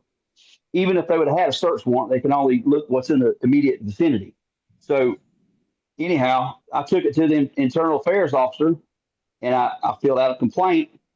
And this internal affairs officer put inside the complaint that I was arrested and booked and charged with obstruction, and I never even was. That's defamation per se. So I've got a 768 tort coming from him for him. They're just out of control here, man. And I totally disagree with anybody who says, well, you're just supposed to be feeble and godlike and just lay down for these people. I mean, I think it's the exact opposite. No one stands up to these people, and they do, especially in small counties like this. Nobody stands up whatsoever. You know what I'm saying? I'm sick and tired of it. Yo, Paul, you said you were speaking about maxims recently? Right. Okay. Well, I just threw in the chat a pretty extensive, I think it's almost 300 pages. This thing's pretty cool. Shout out to Sam, Steel City, for providing this to me. But it literally gives like damn near all the maxims that you could ever think of. And it's 300 pages, bro. So it's pretty extensive. I just threw that in the chat for everybody if you want to get it. It's a PDF. But it's the Supreme Court maxims, and it's pretty extensive. I started to go over it before I got into my accident. I'll probably start ramping it back up again just to go through these maxims because it's pretty important, as well as the common law pleading series that we've been doing, going through the common law pleading handbook. So I just wanted to give that for some substance. But yeah, maxims are important, bro, and they tie into the equity aspect of everything. The real deep morals that are still existent within the courts when you bring them through, as far as maxims are concerned. At least I like to utilize them. So. Are most of these maxims essentially still shepherdized through till now? Would you say? Yes. Most of them are shepherdized as far as case law or case opinion. It's not law. Case opinion is concerned. Shout out to Doug for keeping me on point. Not to mention, most maxims, once you hear it, you already know it's true if you've got enough knowledge like we do here in Wisedome. You sort of can already tell most of them, I would say. Well, the thing is that we still got new people joining in Wisedome all the time. So not everybody knows it. We still got some newbies. So we're constantly growing, and we still got newbies coming in and not necessarily knowing anything. We want to grow until we are the public, Cam. Facts. Ma'am. Right. So this is the idea, right? And it's interesting. We have this right now politically. Folks will talk about making America great again. And I believe one of the etymological roots of maxim is great or greatness, right? So we need to learn more how to recognize and become great, right? And that's how America is going to become great again. And like you said, a maxim is essentially just something that essentially on a certain level you could tell is true by, on the face of it, right? This is a part of who and what we are. We need to stay hungry. Keep answering those questions that pop up in our head. Keep learning. We'll never know everything, but we sure can strive to. Yeah, you got to actually tug at the conscience of the court. When you bring in those doctrines, you are pulling at the conscience of the court, and that is real. That is real, and I've seen it happen myself personally doing it. So it's been pretty cool, but you just got to stand on that and know on it. All right. For this one, we're going to end it for everybody out there as far as the public is concerned. I just want y'all, first off, I want to thank Paul. I want to thank Tanawah for coming through. I want to thank all the Wisedomians that are continuously here, that are standing. You are the truth. You are what's going to change this nation. It's not just me. Don't say thank you, Cameron, or necessarily any particular person, but every single one of us who is standing for what we know is true. Because I am you and we are us and we are all a part of this great I am.